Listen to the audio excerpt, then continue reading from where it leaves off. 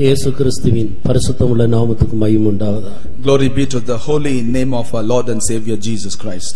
இன்றைக்கும் தேவனுடைய வார்த்தைகளை கேட்கும்படி வாஞ்சியோடு கூடி வந்திருக்கிற உங்கள் யாவரையும் ஒரு முறை கூட இயேசு கிறிஸ்துவின் இனிய நாமத்தில் நாங்கள் வரவேற்கிறோம். Once again we invite all of you in the sweet name of our Lord and Savior Jesus Christ as you have come to listen to the word of God with much eagerness. நம்முடைய தியானத்துக்காக நேற்றைய தினத்தில் வாசித்த அதே வேத பகுதியை எடுத்து வாசிக்கும்படியாக கேட்டுக்கொள்கிறேன். I request you to read the same passage that we read yesterday for today's meditation as well. லூக்கா எழுதின சுவிசேஷம் 10ஆம் அதிகாரம் 30வது வசனம் முதல், which is from St. Luke's Gospel chapter 10 from verse 30 onwards. எரிகோவுக்கு போகையில் கள்ளர் கையில் அகப்பட்டான். அவர்கள் அவன் வஸ்திரங்களை உரிந்து கொண்டு அவனை காயப்படுத்தி குற்றுயிராக விட்டு போனார்கள். அப்பொழுது தற்செயலாய் ஒரு ஆசாரியன் அந்த வழியே வந்து அவனை கண்டு பக்கமாய் விலகி போனான். அந்தபடியே ஒரு லேவியனும் அந்த இடத்துக்கு வந்து அவனை கண்டு பக்கமாய் விலகி போனான். பின்பு சமாரியன் ஒருவன் பிரயாணமாய் வருகையில் அவனை கண்டு மனதுருகி கிட்ட வந்து அவனுடைய காயங்களில் எண்ணெயும் திராட்சரசமும் வார்த்து காயங்களை கட்டி அவனை தன் சுய வாகனத்தின் மேல் ஏற்றி சத்திரத்துக்கு கொண்டு போய் அவனை பராமரித்தான். மறுநாளிலே தான் புறப்படுகிற போது 2 பணத்தை எடுத்து சத்திரத்தான் கையில் கொடுத்து, நீ இவனை விசாரித்துக்கொள், அதிகமாய் ஏதாகிலும் இவனுக்காக செலவழித்தால் நான் திரும்பி வரும்போது அதை உனக்கு தருவேன் என்றான். கர்த்தருடைய நாமத்துக்கு மகிமை உண்டாகட்டும். Glory be to the name of the Lord. எருசலேமிலிருந்து ஒரு மனிதன் எரிகோவை நோக்கி பிரயாணம் பண்ணுகிறார். We notice here that there was a certain man that was proceeding from Jerusalem to Jericho. வழியிலே அவன் கள்ளர் கையிலே அகப்பட்டு கொண்டார். On the way he was held by the thieves. அந்த கள்ளர்கள் அவனை பிடித்து முதலாவது அவனுடைய வஸ்திரத்தை உரிந்து கொள்ளுகிறார்கள். The thieves have held him first and stripped him of his raiments. இரண்டாவதாக அவனை காயப்படுத்துகிறார்கள். And secondly they have wounded him. மூன்றாவதாக அவனை குற்றுயிராய் போட்டுவிட்டு போய்விடுகிறார். And thirdly they have left him half dead. அதன் பிறகு அந்த வழியாக வருகிற ஒரு ஆசாரியன் அவனை கண்டு பக்கமாக விலகி போய்விட்டார். After that there was a priest that was coming by that side and he looked at the other side and went on his way. அதன் பிறகு லேவியனும் இவனை பார்த்துவிட்டு வேறொரு பக்கமாக போய்விடுகிறார். After that a Levite came, he also turned his face and went on the other side. மூன்றாவதாக ஒரு சமாரியன் ஒருவன் வந்து அந்த மனிதனை கண்டு மனது உருகி அவன் கிட்டே வந்து அவனுடைய காயங்களை கட்டி அதிலே திராட்சை ரசமும் எண்ணெயும் ஊற்றி காயங்களை கட்டுகிறார். Thirdly, a Samaritan came on the way. When he looked at him, he had compassion on him. Therefore, he came nigh unto him, and then he had a look upon the wounds of this man, and he poured oil and the wine upon the wounds, and then he bound the wounds. அதன் பிறகு அந்த மனிதனை அப்படியே விட்டு போகாமல் அவனுக்குள்ளே ஒரு பூரணமான கிரியையை அந்த சமாரியன் செய்து முடிக்கிறதை நாம் பார்க்கிறோம். After that we noticed that the good Samaritan did not leave that person on the road, but we noticed that he did a work of perfection in this man. காயங்களை கட்டின பின்பு அவனை தன்னுடைய சுய வாகனத்தின் மேல் ஏற்றிக்கொண்டு போகிறார். After binding the wounds, he kept him upon his own beast and carried him forward. அங்கே ஒரு சத்திரம் இருக்கிறது. There is an inn. அந்த சத்திரத்தில் கொண்டு போய் அவனை பராமரிக்கிறதாக நாம் பார்க்கிறோம். We noticed that the Samaritan brought him unto the inn to take care of him. மறுநாளிலே இந்த சமாரியன் புறப்பட்டு போகும்போது அந்த சத்திரக்காரனை அழைத்து அவனிடத்தில் 2 துட்டு கொடுத்து, நீ இதை வைத்து இந்த மனிதனை நீ கவனித்துக்கொள். On the next day, as the Samaritan was leaving the inn, he called the innkeeper, and unto him he gave 2 pence and told him that he may use these 2 pence to take care of this man. நான் மறுபடியும் திரும்பி வருவேன். He said, I will return. இதற்கு மிஞ்சி ஏதாயிலும் நீ செலவழித்திருந்தால் அதையும் நான் உனக்கு தருவேன். In case you spent anything more than this, I will return that to you as well. இவ்விதமாக சொல்லி அவன் கடந்து போகிறான். After saying all these things unto him, he departed on his way. இப்படி ஒரு ஓமையை கர்த்தராகிய இயேசு இந்த பூமியில் இருக்கும்போது சொன்னார்.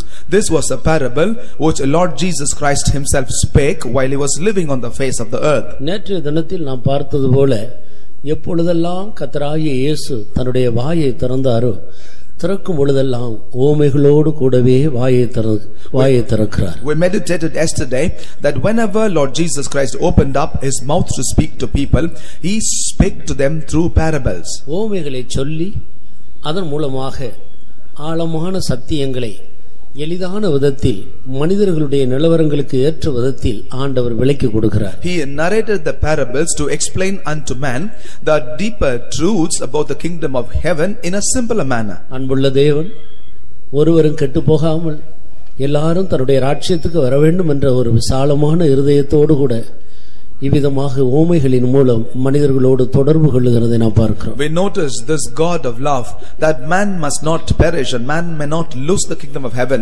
He with this great heart opened up his mouth and then spake in parables so that even the simplest man may not miss the heaven. நேற்றைய தினத்தில் நாம் பார்த்தது போல எருசலேம் என்று சொல்லுவது மனிதனை ஆண்டவர் சிருஷ்டித்து ஏதேன் என்னும் தோட்டத்தில் வைத்திருந்தாரே அந்த ஆதி நிலவரத்தை காட்டுகிறது. Yesterday we meditated that Jerusalem is nothing but the first experience in which God, after creating man, placed him in the Garden of Eden. அவன் பூரண சமாதானத்தோடு இளைப்பாறுதலோடு தேவனோடு ஆழமான ஒரு ஐக்கியத்தோடு ஒவ்வொரு நாளும் தேவனோடு உறவாடி கொண்டு வந்த ஒரு மனிதனாக இருந்தார். He was a man who had perfect peace, who had personal relationship with God, and then he was in union with God in every day of his life. அந்த நாட்களில் அந்த ஆதி மனிதனுக்கு யாதொரு குறைவும் இல்லாமல் இருந்தது. In those days this first man did not lack anything for himself. அதிலே அவன் திருப்தியாக இருந்து தேவன் எதற்காக தன்னை கொண்டு வந்து வைத்திருக்கிறார் என்பதை அவன் விளங்கிக் கொண்டு அதற்கு ஏற்ற விதத்தில் அவன் ஜீவிக்க வேண்டியவனாக இருந்தார். He was expected that he may be satisfied in what was given unto him, and that he may also understand the purpose for which the Lord had created for him, and that he may grow in that. அதற்கு மாறாக பிசாசினால் வஞ்சிக்கப்பட்டு அந்நிய சத்தத்துக்கு செவி கொடுத்து தேவனுடைய நோக்கத்திலிருந்து இந்த மனிதன் விழுந்து போகிறார். But instead of that he hearkened unto the strange voice and listened to the subtleties of the devil, and thus he fell away from the plan of God concerning man. தேவனுக்கு நேராக கடந்து போக வேண்டிய அவனுடைய மனது இப்போது எரிக்கோவாகிய உலக இன்பங்களிலும் உலக பிரகாரமான சகலவிதமான காரியங்களின் பக்கமாக திருப்பப்படுகிறது. His mind, which was expected to move towards God, which is the experience of Jerusalem, he now moved away from that and went over the pleasures and the fashions of the world, which is the experience of Jericho. தேவ சத்தத்துக்கு செவி கொடுக்க வேண்டிய மனிதன் விழுந்து போன பொல்லாத ஆவியின் சத்தத்துக்கு செவி கொடுக்கிறார். A man who was expected to listen to the voice of God is now listening to the voice of the devil.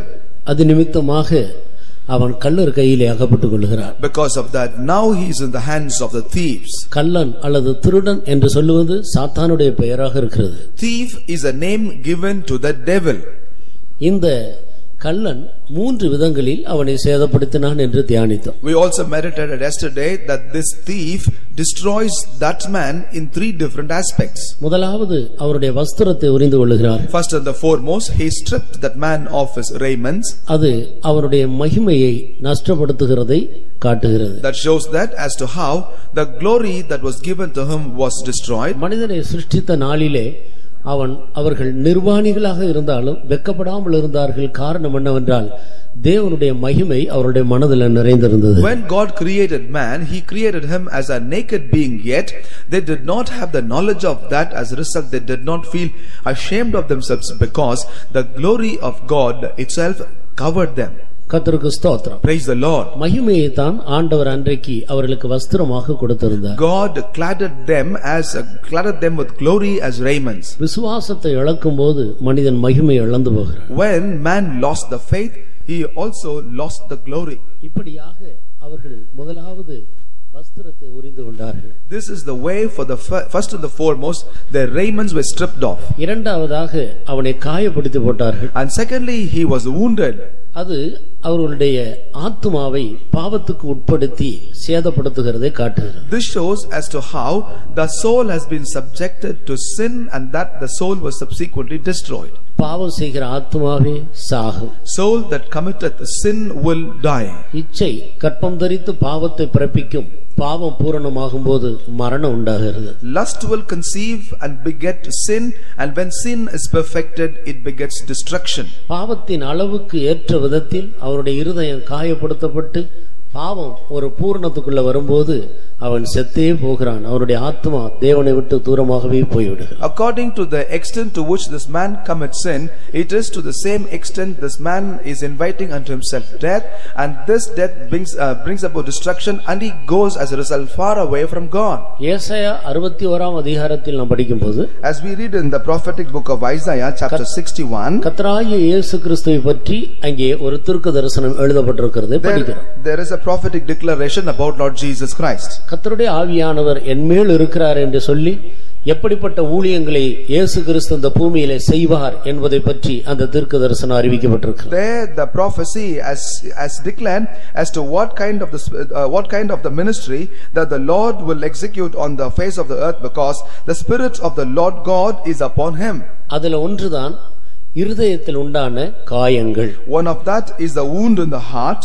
காயம் என்று எழுதாமல் காயங்கள் என்று பன்மையில் எழுதியிருக்கிறதை நான் படிக்கிறோம். We notice here that it is not mentioned in singular as a wound, but mentioned in plural as wounds. வாசியுங்கள். கர்த்தராகிய தேவனுடைய ஆவியானவர் என்மேல் இருக்கிறார். சிறுமைப்பட்டவர்களுக்கு சுவிசேஷத்தை அறிவிக்க கர்த்தர் என்னை அபிஷேகம் பண்ணினார். இருதயம் நொறுங்குண்டவர்களுக்கு காயம் கட்டுதலையும், சிறைப்பட்டவர்களுக்கு விடுதலையையும், கட்டுண்டவர்களுக்கு கட்டவிழ்த்தலையும் கூறவும், கர்த்தருடைய அனுக்கிரக வருஷத்தையும் நம்முடைய தேவன் நீதி சரிக்கட்டும் நாளையை கூறவும். இருதயம் நொறுங்கி போகிறது. The hearts are broken. அது நொறுங்கி போகிறதுனால பல காயங்கள் இங்கே காணப்படுகிறது. Because the hearts are broken, there are many wounds seen in that. கர்த்தருக்கு ஸ்தோத்திரம். Praise the Lord. அத இந்த காயங்களை நாம் இரண்டாக பார்க்கலாம். Therefore we can divide the wounds into two types. ஒன்று கர்ம பாவம், இன்னொன்று ஜென்ம பாவம். One is the sinful nature, while the other one is the natural sin. இந்த இரண்டு காயங்களையும் கட்ட வேண்டிய அவசியம் ஏற்பட்டது. Therefore there is a necessity for both of these wounds to be bound. ஆனபடியினால்தான் அந்த வழியாக வந்த சமாரியன் எண்ணெயையும் திராட்சை ரசத்தையும் ஊற்றி காயங்களை கட்டுகிறார். And that is the reason why the Samaritan who was coming on that way poured upon the wound both the oil and the wine and dressed the wound. எண்ணெய் கிருபையை காட்டுகிறது. Oil refer to grace, திராட்சை ரசம் சத்தியத்தை வெளிப்படுத்துகிறது. while the wine refer to the truth. இயேசு சொன்னார், நானே சத்தியமாக இருக்கிறேன். Jesus said, I am the truth. இயேசுவுடைய இரத்தம் சத்தியம். The blood of Lord Jesus Christ is the truth. இயேசுவுடைய வார்த்தை சத்தியம். The word of Lord Jesus is the truth. தேவனுடைய ஆவியானவரும் கூட சத்திய ஆவியானவராக இருக்கிறார். Even the Spirit of God is the Spirit of truth. ஆனபடியால் கர்த்தராகிய இயேசு கிறிஸ்து அந்த திராட்சை ரசத்தை ஊற்றி அவருடைய இரத்தத்தை ஊற்றி அவருடைய பாவங்களை கழுவுகிறார். And that is the reason why we understand that Lord Jesus Christ pour upon the wound his own blood, the truth, and then he binds the wounds. ஒரு மனிதனுடைய ஆத்மாவின் காயங்கள் சொஸ்தமாக்கப்படும்படி அவனுக்கு எண்ணெயும் திராட்சை ரசமும் அவசியமாக இருக்கிறது. For the wounds in the soul of a man to be healed, he is in need of both oil and wine. அது கிருபையையும் சத்தியத்தையும் காட்டுகிறது. That shows that he is in need of both grace and truth. நீதிமொழிகளின் புத்தகம் 16ஆம் அதிகாரம் 6வது வசனத்தை நான் வாசிக்கும் பொழுது, as we read book of Proverbs chapter 16 verse 6, கிருபையினாலும் சத்தியத்தினாலும் பாவம் நிவர்த்தியாகும் என்று நாம் படிக்கிறோம். there we notice that by mercy and truth iniquity is purged. வாசியுங்கள். கிருபையினாலும் சத்தியத்தினாலும் பாவம் நிவர்த்தியாகும். ஒரு பாவம் நிவர்த்தியாகும்படி கிருபையும் சத்தியமும் தேவையாக இருக்கிறது. Therefore for the sin to be purged, mercy and truth are needed. அப்படினால் எண்ணெய்க்கு பல அர்த்தம் இருக்கிறது. அதுல ஒன்று கிருபை. Therefore oil has many interpretations. One of those is grace.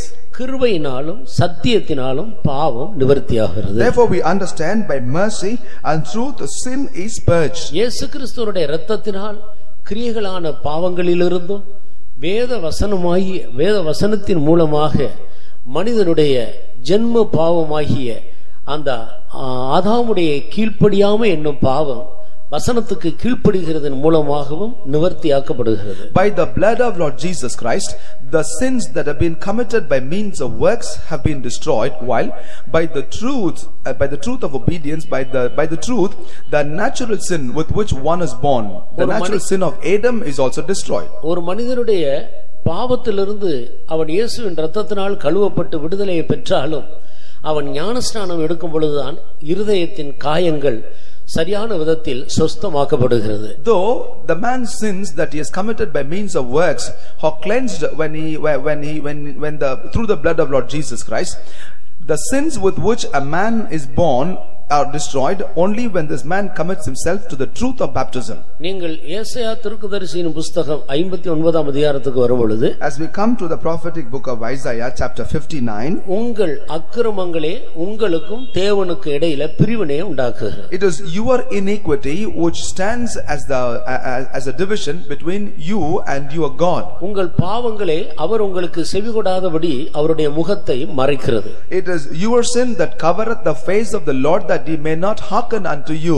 அக்கிரமங்கள் என்றும் பாவங்கள் என்றும் இரண்டாக பிரித்து அங்கே பேசப்பட்டிருக்கிறது. There we are able to notice that there are two things, both iniquities and sins.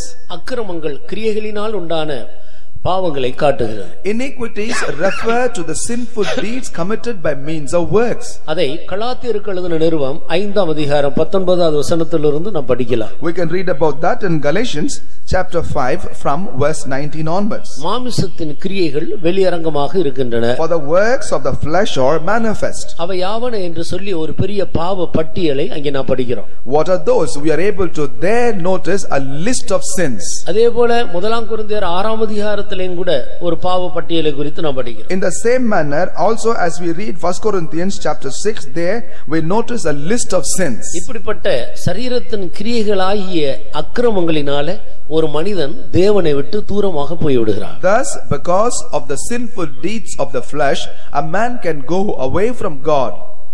உங்கள் பாவங்களே அவர் உங்களுக்கு செவிகொடாதபடி அவருடைய முகத்தை மறைக்கிறது. Your sins only covereth the face of the Lord, that he may not hearken unto you. இந்த பாவம் ஆதாமுடைய கீழ்ப்படியாமை என்னும் ஜென்ம பாவம். This sin is nothing but the sin of disobedience, which is the sinful nature. எபேசியர் 2ஆம் அதிகாரம் 14வது வசனத்துக்கு வரும் பொழுது, as we come to Ephesians chapter 2 verse 14, பாவத்தை ஒரு நடு சுவராக அங்கே குறிக்கப்பட்டிருக்கிறது. sin has been compared to a middle wall. அப்படினால் அந்த சுவர் தகர்க்கப்பட்டாலொழிய தேவனுக்கும் தேவ ஜனங்களுக்கும் நமக்கு இடையிலே ஒரு ஐக்கியம் உண்டாகாது. Unless that middle wall has been destroyed, there shall not be any fellowship between us and God, or between us and the children of God. தேவனுடைய முகத்தை அந்த சுவர் காண முடியாதபடி தடை செய்கிறது. This middle wall hinders us from beholding the face of God. ஒரு சுவர் என்றால் அதற்கு ரெண்டு பக்கம் உண்டு. When there is a wall, a wall will have two sides. காணக்கூடிய ஒரு பக்கம், காணக்கூடாத மற்றொரு பக்கம். One side is visible while the other is invisible. காணக்கூடியது பூமிக்கு மேல இருக்கிறவைகள். That which is visible is above the surface of the earth. காணக்கூடாதவைகள் பூமிக்கு அடியில் இருக்கிற அஸ்திவார பகுதி. The invisible part of the wall is nothing but the basement, which is under the surface of the soil. அது மறைந்திருக்கிற பகுதி. That is the hidden portion. அப்படினால் இந்த பழைய சுவர் தகர்க்கப்பட வேண்டுமானால் முதலாவது மேல இருக்கிற சுவரை உடைத்துவிட்டு பிறகு அஸ்திவாரமாக மறைந்திருக்கிறதை தோண்ட வேண்டும். If that wall had to be destroyed, the first and the foremost portion to be destroyed is the visible portion of the wall, which is above the surface, and only then we'll have to go down to dig the wall under the soil. கிரியைகளான பாவத்தை முதலாவது நாம் அறிக்கையிட வேண்டும். First and the foremost, we have to confess the sins of our works. அது இயேசுவின் இரத்தத்தால் மன்னிக்க கழுவப்படுகிறது. And those sins are washed away by the blood of Lord Jesus Christ. இயேசுவின் இரத்தம் சகல பாவங்களை நீக்கி நம்மை சுத்திகரிக்கிறது. The blood of Lord Jesus Christ cleanses us from all sins. அதன் பிறகு மறைந்திருக்கிற அஸ்திவாரமான பாவமாகிய அந்த கீழ்ப்படியாமை என்னும் ஆதி மனிதனுடைய அந்த பாவத்தை நாம் ஞானஸ்நான சத்தியத்தின் மூலமாக நிவர்த்தி செய்ய வேண்டும். After that, the sin of disobedience, which is the natural sin with which we are born, is destroyed only when we obey to the truth of baptism. ஆதாம் கீழ்ப்படியாத நிமித்தமாக அந்த பாவம் அவனுக்குள்ள பிரவேசித்தது. That sin entered into Adam because of disobedience. அதுதான் ஜென்ம பாவம். And that is called as the natural sin. ஆதாம் முதல் அவன் விழுந்து போன பிறகு பிறக்கிற சந்ததி எல்லாம் பிறக்கும் போதே இந்த அஸ்திபார பாவமாகிய ஜென்ம பாவத்தோடு தான் பிறக்கிறார். Thus right from Adam, as the fallen generation, everyone who have been born since Adam are born with this natural sin of disobedience in them. எந்த பிள்ளைகளாக இருந்தாலும் பிறக்கும்போது அவன் ஒரு ஜென்ம பாவத்தோடு தான் பிறக்கிறான். Whoever is a child is born with the sinful nature. நான் துர்க்குணத்தில் உருவானேன், என் தாய் என்னை பாவத்தில் கர்ப்பம் தரித்தார். I am conceived in iniquity, and my mother did conceive me in sin. ஸ்திரீயினிடத்தில் பிறந்த மனிதன் சுத்தமா இருப்பது எப்படி என்று யோபு கேட்கிறார். Job asked a question as to how is it possible for a man born of a woman to be pure? அவன் நீதிமானாய் விளங்குவானா? Can he be righteous? இல்லை, அவனுக்குள்ளே பாவம் இருக்கிறது. It is not possible because in him is sin.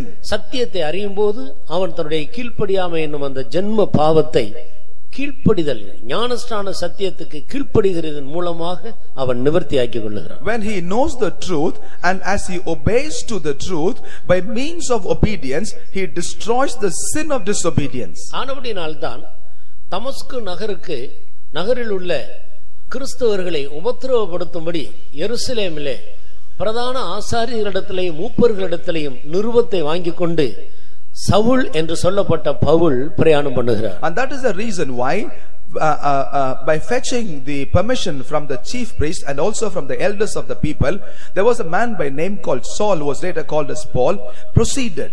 போகிற வழியிலே கர்த்தர் அவனை சந்திக்கிறார். As he was going on his journey, God met him. சவுலே சவுலே, முள்ளில் உதைக்கிறது உனக்கு கடினமா? Saul, Saul, it is hard for you to kick against the pricks. நீ யார்? Who art thou? நீ துன்பப்படுத்துகிற இயேசு நானே. I am Jesus whom thou persecutest. அப்போ கிறிஸ்தவர்களை துன்பப்படுத்துகிறது கிறிஸ்துவை துன்பப்படுத்துகிறது என்பதை அவர் அறியாமல் இருந்தார். He did not know at that point in time to persecute Christians is nothing but persecuting Christ himself. கிறிஸ்துவை அறிந்தவர்களை துன்பப்படுத்தும் போது முள்ளில் உதைக்கிறது அர்த்தமாக காணப்படுகிறது. When people that know Christ are persecuted, that amounts to the fact that they are persecuting Christ himself. That's like kicking against the pricks. முள்ளில் உதைக்கிறதுனால உதைக்கிற மனிதனுக்கு தான் கஷ்டம். When a man kick against the pricks, it is the man who kick against the pricks get affected. அப்பொழுதுதான் Saul ரட்சிக்கப்படுகிறார். It was only at that point in time Saul was saved. நான் என்ன செய்ய சித்தமாக இருக்கிறீர் என்று தன்னை முழுவதும் சமர்ப்பிக்கிறார். Saying, what art thou will for me to do, O God? Saying, he completely surrendered himself. நீ தமஸ்கு நகருக்கு போ, அனனியா என்னும் ஒரு தீர்க்கதரிசி, ஒரு தேவனுடைய ஊழியக்காரன் அங்கே இருக்கிறான், நீ என்ன செய்ய வேண்டும் என்று அவன் உனக்கு சொல்லுவார். You go straight into the strait of Damascus and there is a man of God by name called Ananias. He will tell you as to what you will have to do. அங்கே போகும்போது அனனியா அவனை விசாரிக்கிறார். When he went unto him, Ananias inquired him. ரட்சிக்கப்பட்டார் என்பதை அறிந்து கொள்கிறார். He found out that he was saved already. அவர் கேட்கிற அடுத்த கேள்வி என்ன? What was the next question that he asked? நீ தாமதிக்கிறது என்ன? Why art thou delaying? நீ எழுந்து உன் பாவங்கள் போக கழுவப்படு. You will have to rise up and that your sins may be washed away of you. ஞானஸ்நானம் பெற்றுக்கொள்ளும்படியாக சொல்லுகிறார். He suggests for him to be baptized. ரட்சிக்கப்பட்ட தேவனுடைய பிள்ளைகள் இயேசுவை இரட்சகராக அனுபவித்திருக்கிறவர்கள் எந்த காரணத்தின் நிமித்தமும் தாமதியாமல் உடனே ஞானஸ்நானம் பெற வேண்டும். Every child of God who have tasted Lord Jesus Christ by means of salvation without causing any further delay will have to submit themselves immediately for the truth of baptism. ஞானஸ்நானம் ஒரு சத்தியம், அதை நாம் எவ்வளவோ நாட்களாக தியானிக்கக்கூடிய அளவுக்கு அது ஒரு விசாலமான ஒரு பகுதி. Baptism is a truth and it is so vast that we can be meditating about baptism for days together. சமயம் நமக்கு குறைவாக இருக்கிறபடினால் அதில் உள்ள முக்கியமான 4 காரியங்களை தொடுகுறியாக உங்களுக்கு முன் வைக்க விரும்புகிறேன். But because we have very little time, I will place just 4 important aspects of baptism as pointers before you. பாவங்களை எல்லாம் உணர்ந்து மனஸ்தாபத்தோடு அறிக்கையிட்டு விட்டு ஒரு அனுபவம் உள்ளவர்கள், பாவ மன்னிப்பின் நிச்சயம் உள்ளவர்கள் தான் ஞானஸ்நானம் எடுக்க வேண்டும். அதுதான் அவருடைய தகுதி. First and the foremost qualification for a person to be baptized is that he should have confessed all the sins of his life, and that he must, beside confessing, must have given up every little sin of his life. Only then he is eligible to be baptized. அநியாயமாய் சம்பாதித்திருந்தால் திருடி இருந்தால் அதையெல்லாம் திருப்பி கொடுக்க வேண்டும். If perhaps you had taken anything by means of iniquity and unrighteously, or if you had stolen anything, you will have to return everything to the people. மனம் திரும்பினது உண்மையானால் யாரோடாயில் உனக்கு மனஸ்தாபம் இருந்தால் அவர்களோடு போய் மன்னிப்பு கேட்டு அவர்களோடு ஒப்புரவாக. If it is also true that you have repented completely and if you have somewhat against anybody, you will have to go back to that person and reconcile to that person willingly. இயேசுவின் இரத்தம் என்னுடைய பாவங்களை எல்லாம் என்னை விட்டு நீக்கி என்னை சுத்திகரித்திருக்கிறது என்ற ஒரு நீதிகரித்தல் அவனுக்கு தேவையாக இருக்கிறது. That man is in need of the righteousness unto himself, where he can say that the blood of Lord Jesus Christ has washed all sins of mine off of me. இந்த அனுபவத்துக்கு பிறகுதான் ஞானஸ்நானம் பெற்றுக்கொள்ள வேண்டும். One has to receive waters of baptism after this experience. ஆனபடியால் தான் இயேசு கிறிஸ்துவும் கூட தன்னுடைய 30 வயதிலே அவர் ஞானஸ்நானம் எடுத்து ஞானஸ்நான சத்தியத்தை தெளிவுபடுத்துகிறார். And that is the reason why Lord Jesus Christ also has taken waters of baptism when he was 30, and by so doing he explained unto us very clearly about the need for baptism. குழந்தை ஞானஸ்நானம் எந்த விதத்திலேயும் அது செல்லாது, அது தவறு. Infant baptism is not acceptable. Besides, it is also wrong. இரண்டாவதாக ஞானஸ்நானம் பெற்றுக்கொள்ளும்படியாக வருகிறவர்கள் வேத வசனத்தின்படி அபிஷேகம் பெற்ற தேவ ஜனங்களுடைய கையில், கர்த்தரால் ஏற்படுத்தப்பட்டவர்களுடைய கையிலே ஞானஸ்நானம் பெற்றுக்கொள்ள வேண்டும். Secondly, they that come for baptism will have to endeavor to be baptized by the Spirit baptized workers of God who are also appointed by God to administer baptism. மூன்றாவதாக தண்ணீரில் முழுகி ஞானஸ்நானம் பெற வேண்டும். Thirdly, when they are baptized, they have to be fully immersed under water when they are baptized. நான்காவதாக பிதா, குமாரன், பரிசுத்தாவியின் நாமத்தினால் ஞானஸ்நானம் பெற்றுக்கொள்ள வேண்டும். Fourthly, one has to receive waters of baptism in the name of the Father and of the Son and of the Holy Spirit. இந்த 4 காரியங்களும் ஞானஸ்நானத்திலே நாம் கவனிக்க வேண்டிய முக்கியமான பகுதி. These are the 4 significant aspects to which we'll have to pay attention when we come to baptize. இந்த 4 காரியங்களும் சரியான விதத்தில் இருந்தால்தான் நாம் எடுக்கிற ஞானஸ்நானம் பரலோகத்தால் அங்கீகரிக்கப்படும். Our baptism will be acknowledged and accepted in the heaven only when baptism is administered with 4 these qualifications. இப்பொழுதுதான் ஒரு மனுஷனுடைய இருதயத்தின் காயங்கள் கட்டப்படுகிறது. Only now the wounds of the heart of a man is bound. அந்த காயங்கள் சுஸ்தமாக்கப்படுகிறது. The wounds of the heart are healed. கர்த்தருடைய நாமத்துக்கு மகிமை உண்டாகட்டும். Praise be to the holy name of the Lord. மூன்றாவதாக நாம் இன்னொரு அனுபவத்தை குறித்து நாம் இங்கே படிக்கிறோம். Thirdly, we are able to read about another experience in that place. இங்க என்ன எழுதி இருக்கிறது? What is written there? இந்த அனுபவத்துக்கு பிறகு அந்த சமாரியன் அந்த குற்றுயிராய் கிடந்த மனிதனை தூக்கி எடுத்து காயங்களை கட்டி தன்னுடைய சுய வாகனத்தின் மேல் ஏற்றிக்கொண்டு ஒரு சத்திரத்தை நோக்கி பிரயாணம் பண்ணுகிறார். After this we know that after binding up the wounds of this man, pouring oil and wine on him, he took upon this man in his own beast and brought him into an inn. அந்த வசனத்தை வாசியுங்கள். லூக்கா சுவிசேஷம் 10வது அதிகாரம் 34வது. கிட்ட வந்து அவனுடைய காயங்களில் எண்ணெயும் திராட்சரசமும் வார்த்து காயங்களை கட்டி அவனை தன் சுய வாகனத்தின் மேல் ஏற்றி சத்திரத்துக்கு கொண்டு போய் அவனை பராமரித்தான். சத்திரத்தில் கொண்டு போய் அவனை பராமரிக்கிறார். He took him to the inn that he may take care of him there. அவனை தன் சுய வாகனத்தின் மேல் ஏற்றி He set him on his own beast. மறுபடியும் அந்த வசனத்தை வாசி. கிட்ட வந்து அவனுடைய காயங்களில் எண்ணெயும் திராட்சரசமும் வார்த்து காயங்களை கட்டி அவனை தன் சுய வாகனத்தின் மேல் ஏற்றி சத்திரத்துக்கு கொண்டு போய் அவனை பராமரித்தான். இந்த நல்ல சமாரியன் செய்த அடுத்த ஒரு நல்ல கிரியை என்னவென்றால், அவனுடைய காயங்களை கட்டி அப்படியே அவனை அங்கே போட்டு விடாமல் தன்னுடைய சொந்த வாகனத்தில் அவனையும் ஏற்றுக்கொண்டு போகிறார். The next important deed that this good Samaritan has done was, after binding up the wounds, he did not leave the man on the street. He took this man upon his own beast and brought him unto the inn and took care of him. நல்ல சமாரியன் இயேசு கிறிஸ்து என்று நாம் தியானிக்கிறோம். We meditate that Lord Jesus Christ is the good Samaritan. அப்படியானால் இயேசு கிறிஸ்துவினுடைய சொந்த வாகனம் என்று சொல்லுவது எதை காட்டுகிறது? If that is so, what does refer to the own vehicle or the own beast of Lord Jesus Christ? இந்த பூமியில இருக்கும்போது இயேசு கிறிஸ்துவை சுமந்து கொண்டு சென்ற வாகனம் எது? What is that beast that carried Lord Jesus Christ when Lord Jesus Christ on the earth?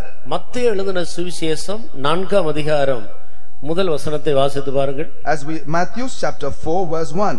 அப்பொழுது இயேசு பிசாசினால் சோதிக்கப்படுவதற்கு ஆவியானவராலே வனாந்திரத்துக்கு கொண்டு போகப்பட்டார். ஹல்லேலூயா Hallelujah. கர்த்தராகிய இயேசு கிறிஸ்து ஞானஸ்நானம் பெற்று கரையேறின உடனே தேவ ஆவியானவர் அவரை அபிஷேகம் பண்ணினார். After receiving baptism, as Lord Jesus Christ ascended to the bank of the river, Lord Jesus was anointed by the Holy Spirit. அன்று முதல் ஓரிடத்திலிருந்து இன்னொரு இடத்துக்கு கர்த்தராகிய இயேசு கிறிஸ்துவை சுமந்து கொண்டு சென்ற வாகனம் பரிசுத்த ஆவியானவராக இருக்கிறார். From that day forward, from one place to another place, Jesus was carried by the Holy Spirit himself. அல்லது தேவனுடைய ஆவியானவர் தான் அவரை ஓரிடத்திலிருந்து இன்னொரு இடத்துக்கு கொண்டு போகிறார். In other words, it was the Spirit of God which carried Jesus from one place to another place. பிசாசினால் சோதிக்கப்படுவதற்கு ஆவியானவரால் வனாந்தரத்துக்கு கொண்டு போகப்பட்டார். He was led up of the Spirit into the wilderness to be tempted of the devil.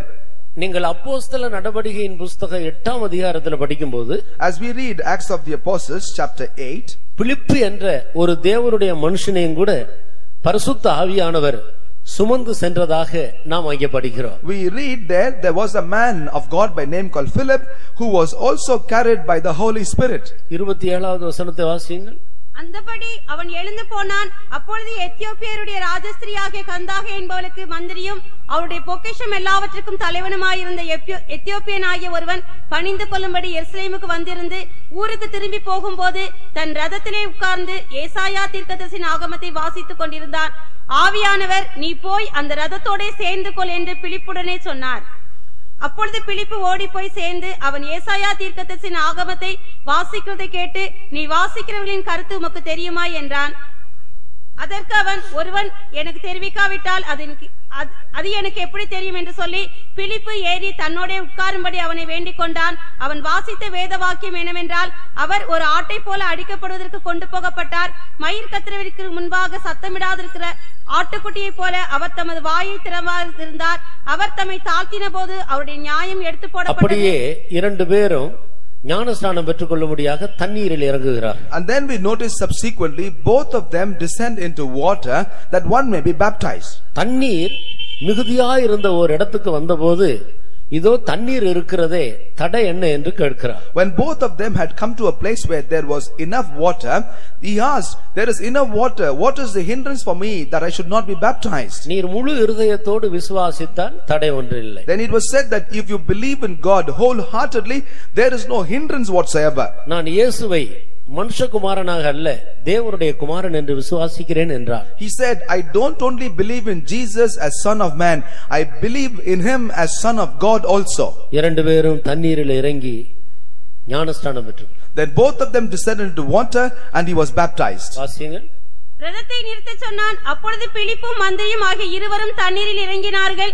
பிலிப்பு அவனுக்கு ஞானஸ்நானம் கொடுத்தான். அவர்கள் தண்ணீரிலிருந்து கரையேறின பொழுது கர்த்தருடைய ஆவியானவர் பிலிப்பை கொண்டு போய்விட்டார்.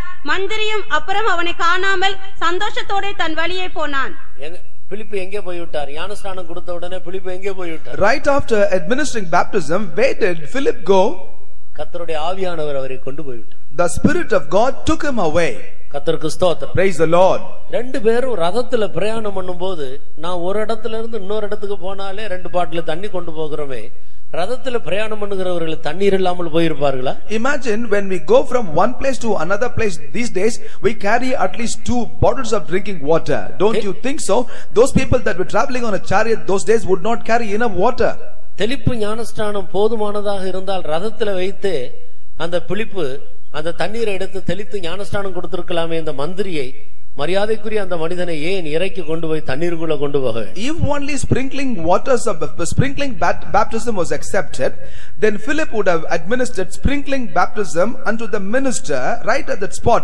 What is the necessity therefore for Philip to make this man, such a respectable man, to descend from the chariot and take him to the water that he may be baptized in the waters? யோவான் ஸ்நானகன் கூட சாலிம் ஊருக்கு அருகாமையிலே ஐனோன் என்னும் அந்த ஆற்று கரையிலே தண்ணீர் மிகுதியாயிருந்தபடியினால், மூழ்கி கொடுக்கக்கூடிய அளவுக்கு தண்ணீர் மிகுதியாயிருந்தபடியினால் அங்கே ஞானஸ்நானம் கொடுத்து வந்தார். And that is the reason why we notice even John the Baptist went into the riverside of Siloam, and because there was enough water, and that's the reason why he took the people there so that he might baptize them by immersion. குழந்தை ஞானஸ்நானமோ தெளிப்பு ஞானஸ்நானமோ அது வேதத்தில் சொல்லப்படாத காரியங்கள். அதை பெற்றுக்கொண்டவர்கள் அதில் திருப்தியா இருக்காதீர்கள். சரியான ஞானஸ்நானம் பெற்றுக்கொள்ளும்படி உங்களை ஒப்படைக்க வேண்டும். Both the infant baptism and the baptism by sprinkling of water are not mentioned in the word of God as accepted ways. Therefore, those of you that have been taken baptism at infant stage and also sprinkling baptism, be not be satisfied with that, but come forward to take the waters of baptism which is mentioned in the word of God. இங்கே ஞானஸ்நானம் பெற்ற உடனே கர்த்தருடைய ஆவியானவர் பிலிப்புவை கொண்டு போய் விட்டார். We notice here right after baptism the Spirit of God took Philip away. ரோமருக்கு எழுதின நிருபம் 8ஆம் அதிகாரம் 13-14 வசனத்தை நான் வாசித்தால், as we read Romans chapter 8 verses 13 and 14, எவர்கள் தேவனுடைய ஆவியினால் நடத்தப்படுகிறார்களோ அவர்கள் தேவனுடைய புத்திரராக இருக்கிறார். whosoever is led by the Spirit of God, they are the sons of God. ஒரு மனிதனை ஓரிடத்திலிருந்து இன்னொரு இடத்துக்கு கொண்டு போகிறது தேவனுடைய ஆவியானவராக இருக்கிறார். It is the Spirit of God that makes a man to go from one place to another. அப்படினால் ரட்சிக்கப்பட்ட ஞானஸ்நானம் பெற்ற தேவனுடைய பிள்ளைகள் பரிசுத்த ஆவியை பெற்றுக்கொண்டு பரிசுத்த ஆவியானவரால் நடத்தப்பட வேண்டும். Therefore the children of God that have been saved, that have been baptized, will have to receive the baptism of the Holy Spirit, that they may be guided and led by the Spirit of God. அதுதான் சுய வாகனம் என்று சொல்லப்பட்டிருக்கு. And that is what called as one's own beast. எனவே இந்த சுய வாகனமாகிய பரிசுத்த ஆவியை பெற்றுக்கொண்ட பிறகு ஒரு மனிதன் அங்கிருந்து எங்கே நடத்தப்படுகிறான்? Therefore, after a man receives this Holy Spirit of God, from that place where he received, to which place the Spirit of God is leading him. உங்களுடைய கையில் இருக்கிற அந்த படத்தாளிலே 5வது படத்தை நீங்கள் பார்த்தால் அங்கே ஒரு சத்திரத்தை நாம் பார்க்கிறோம். You have the picture in your hand and turn to that picture and focus your attention on picture number 5. There you notice an inn. இந்த மனிதனை இந்த நல்ல சமாரியன் தன்னுடைய சொந்த வாகனத்தில் ஏற்றுக்கொண்டு நேர ஒரு சத்திரத்தை தேடி கொண்டு போய் அந்த சத்திரத்திலே அவனை வைக்கிறார். The good Samaritan now carried this man on his own beast and take this man unto the inn, where he committed this man into the care of the innkeeper. இந்த சத்திரத்தை குறித்து பிறகு நான் உங்களுக்கு சொல்லுகிறேன். I will explain about this inn later. இப்போது அந்த சுய வாகனமாகிய அந்த பரிசுத்த ஆவியினுடைய அபிஷேகத்தை குறித்து 1-2 காரியங்கள் உங்களோடு பகிர்ந்து கொள்ள விரும்புகிறேன். Now I desire to share a few important things about the anointing of the Holy Spirit of God, which is the truth with you. கர்த்தருடைய நாமத்துக்கு மகிமை உண்டாகட்டும். Glory be to the name of the Lord. இப்பொழுது நீங்கள் மத்தேயு எழுதின சுவிசேஷம் 13ஆம் அதிகாரம் 33வது வசனத்துக்கு கவனத்தை திருப்புங்கள். Now you turn your attention to Matthew's Gospel chapter 13 verse 33. அங்கே பரலோக ராஜ்யத்தை குறித்து இன்னொரு உவமை சொல்லப்பட்டிருக்கிறது. In that place we are able to notice another parable which have been said about the kingdom of heaven. வாசியுங்கள். வேறொரு உவமையை அவர்களுக்கு சொன்னார். பரலோக ராஜ்யம் புளித்த மாவுக்கு ஒப்பாயிருக்கிறது. அதை ஒரு ஸ்திரீ எடுத்து முழுவதும் புளிக்கும்படி வரைக்கும் 3 படி மாவிலே அடக்கி வைத்தாள் என்றார். அன்றியும் பரலோக ராஜ்யம் புளித்த மாவுக்கு ஒப்பாக இருக்கிறது. The kingdom of heaven is like unto leaven. ஒரு ஸ்திரீ அந்த புளித்த மாவில் கொஞ்சத்தை எடுத்து 3 படி மாவிலே அடக்கி வைக்கிறாள். Which a woman took and hid in 3 measures of meal. அது முழுவதும் புளிப்பேறுகிற வரைக்கும் அடக்கி வைக்கிறாள். Till the whole was leaven, she hides it like that. அந்த ஓமை அதோட முடிவடைந்து விடுகிறது. This parable comes to an end with that.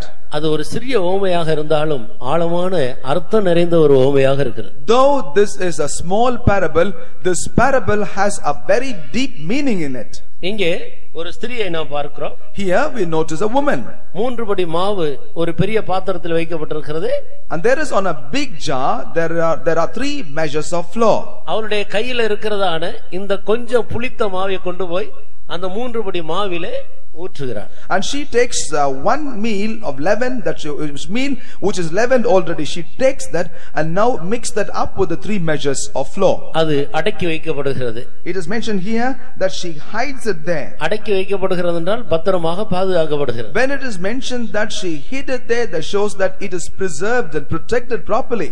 அடுத்த நாள் பார்க்கும்போது அந்த 3 படி மாவு சேர்ந்து முழுவதும் புளிப்பேறி விடுகிறது. The same when looked on the other day, all the 3 measures have become leavened now. இந்த ஓமையினுடைய அர்த்தம் என்ன? What is the meaning of this parable? ஒரு ஸ்திரீ என்று சொல்லுவது பலவீனமான மனிதனை காட்டுகிறது. A woman here refer to a man who is a weak being. மனிதன் பலவீனமானவர்.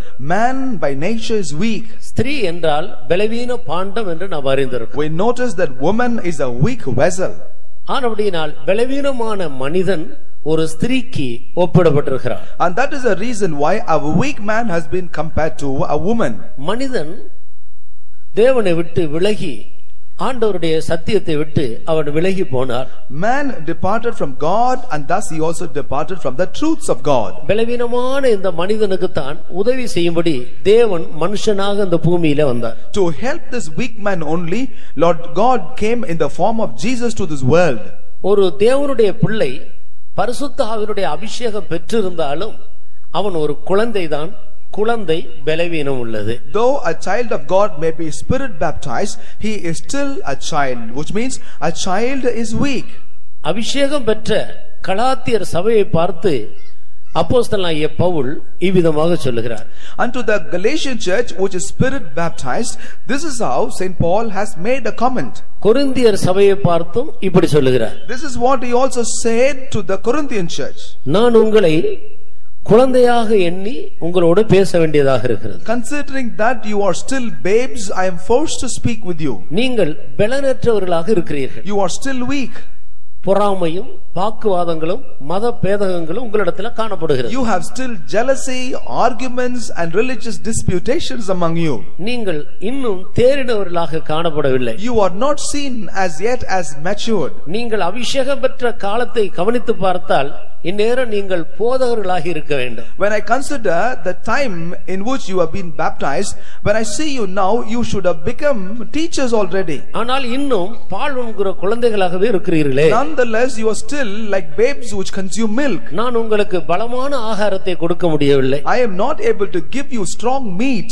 கர்த்தருக்கு ஸ்தோத்திரம். Praise the Lord. ஒரு மனிதன் பரிசுத்த ஆவியினுடைய அபிஷேகம் பெற்றுக்கொண்டாலும் அவன் ஆவியினால பிறந்த ஒரு அனுபவம் அவன் குழந்தையில் தான் காணப்படுகிறான். Though a man may receive the baptism of the Holy Spirit, he could still be seen with the experience of a child, as weak as a child. அபிஷேகம் பெற்ற பிறகு ஏதோ ஒரு நிறைவை பெற்றுக்கொண்டோம் என்று நாம் எண்ணக்கூடாது.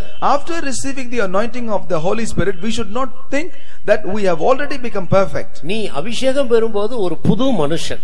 When you receive the anointing, you become a new creation. பழையவைகள் எல்லாம் ஒழிந்து போயின, எல்லாம் புதிதாக்கப்பட்டிருக்கிறது. Behold, the old things have passed away, all things have become new. நீங்கள் ஒரு புது மனுஷனாக பிறந்திருக்கிறீர்கள். You have been born as a new man. பரலோகத்தில் ஆவிக்குரிய ஜீவியத்திலே ஒரு புது மனுஷனாக அபிஷேகம் பெற்றபோது பரலோகத்தில் பிறந்திருக்கிறீர்கள். You are born in heaven as a spiritual being on a day when you are spirit baptized in the heaven. இந்த புது மனுஷன் சத்தியத்தை அறிகிற அறிவிலே வளர்ந்து வளர்ந்து வளர்ந்து வளர்ந்து கிறிஸ்துவின் நிறைவான வளர்ச்சியை பெற்று ஒரு பூரண புருஷனாக மாற வேண்டும். This new man will have to grow in the knowledge of knowing Lord Jesus Christ step by step, and he should thus come to the full measure and stature of Lord Jesus Christ himself. அப்ப பலவீனமான மனுஷன் பரிசுத்த ஆவியை பெற்று அந்த பரிசுத்த ஆவியை தனக்குள்ள பாதுகாத்து கொண்டு அதற்கு கீழ்ப்படிந்து அடங்கி நடக்கும்போது இந்த பரிசுத்த ஆவியானவர் அவனை மாற்றி மாற்றி மாற்றி மாற்றி கடைசியாக தன்னை போலவே மாற்றி விடுகிறார். That means a spirit baptized person, as he has received the baptism of the Holy Spirit, as he surrender himself completely to the teaching and the guidance of the Holy Spirit step by step, this Holy Spirit of God will teach him, guide him, and finally make this man just like himself. அதைத்தான் இந்த ஓமை வெளிப்படுத்துகிறது. And that is what this parable reveal unto us. ஸ்திரீ என்றால் அபிஷேகம் பெற்ற பலவீனமான ஒரு மனிதன். Woman is none but a man who is spirit baptized but still a weak being. கொஞ்சம் புளித்தமா என்று சொல்லுகிறது பரிசுத்த ஆவியை காட்டுகிறது. A little leaven refer to the Holy Spirit. புளித்த மாவிலே ரெண்டு பகுதி உண்டு. In leaven there are two sides. அந்த புளிப்பு பரிசுத்த ஆவியினுடைய வல்லமையை காட்டுகிறது. The leaven or the sourness refer to the power that is in the Spirit of God. அந்த வெண்மை ஒரு தூய்மையை பரிசுத்தத்தை காட்டுகிறது. Whereas the whiteness shows the purity. புளித்த மாவு வெண்மையாக இருக்கிறது, அதே நேரத்தில் அதுக்குள்ள ஒரு வல்லமை இருக்கிறது. Leaven is both pure and it also at the same time has a power in it. இந்த கொஞ்சம் புளித்த மாவை அவர் 3 படி மாவிலே அடக்கி வைக்கிறார். This little leaven she hid in 3 measures of meal. இந்த 3 படி மாவு எதை காட்டுகிறது? What does this 3 measures of meal refer to? மனிதனுடைய ஆவி, ஆத்மா, சரீரத்தை காட்டுகிறது. This refer to the soul, spirit and body of man. கொஞ்சம் புளித்த மாவாகிய இந்த பரிசுத்த ஆவியை ஒரு மனிதன் தன்னுடைய ஆவி, ஆத்மா, சரீரத்தில் அடக்கி வைத்து அதற்கு அடங்கி ஜீவிக்க வேண்டும். This means the little leaven is the Holy Spirit of God. A man will have to accept this little leaven, the Holy Spirit of God, in his body, soul and spirit, submit himself and lead his life according to the guidance of the Holy Spirit. எதுவரைக்கும் அந்த ஸ்திரீ அடக்கி வைத்தாள்?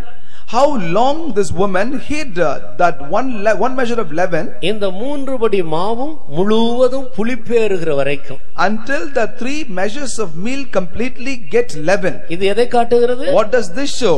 ஆவி, ஆத்மா, சரீரம் இது முற்றிலும் பரிசுத்தமாக்கப்படுகிற வரைக்கும் இந்த பரிசுத்த ஆவியை ஒரு மனிதன் தனக்குள் பத்திரமாக வைத்துக் கொள்ள வேண்டும். That means until the soul, body and spirit become as perfect as the Spirit of God, the Holy Spirit of God will have to be kept and hid within a man. எபேசியர் 4ஆம் அதிகாரம் 30வது வசனத்துக்கு வரும் பொழுது, as we come to Ephesians chapter 4 verse 30, நீங்கள் மீட்கப்படும் நாளுக்கென்று முத்திரையாக பெற்ற தேவனுடைய பரிசுத்த ஆவியை துக்கப்படுத்தாமல் இருங்கள். You shall not grieve the Holy Spirit whereby you are sealed unto the day of redemption. அபிஷேகம் பெற்ற ஒரு தேவனுடைய மனிதன் பரிசுத்த ஆவியை துக்கப்படுத்த கூடாது, பரிசுத்த ஆவியை எதிர்த்து நிற்க கூடாது. A spirit baptized anointed child of God shall never grieve or resist the Holy Spirit of God in his life. பரிசுத்த ஆவியை துக்கப்படுத்துறதுனால பரிசுத்த ஆவியானவருக்கு நஷ்டம் அல்ல, நமக்குள்ள நடக்க வேண்டிய பரிசுத்தமாக்கப்படுதலின் வேலை நடைபெறாமல் நின்று விடுகிறது. When you grieve the Holy Spirit of God,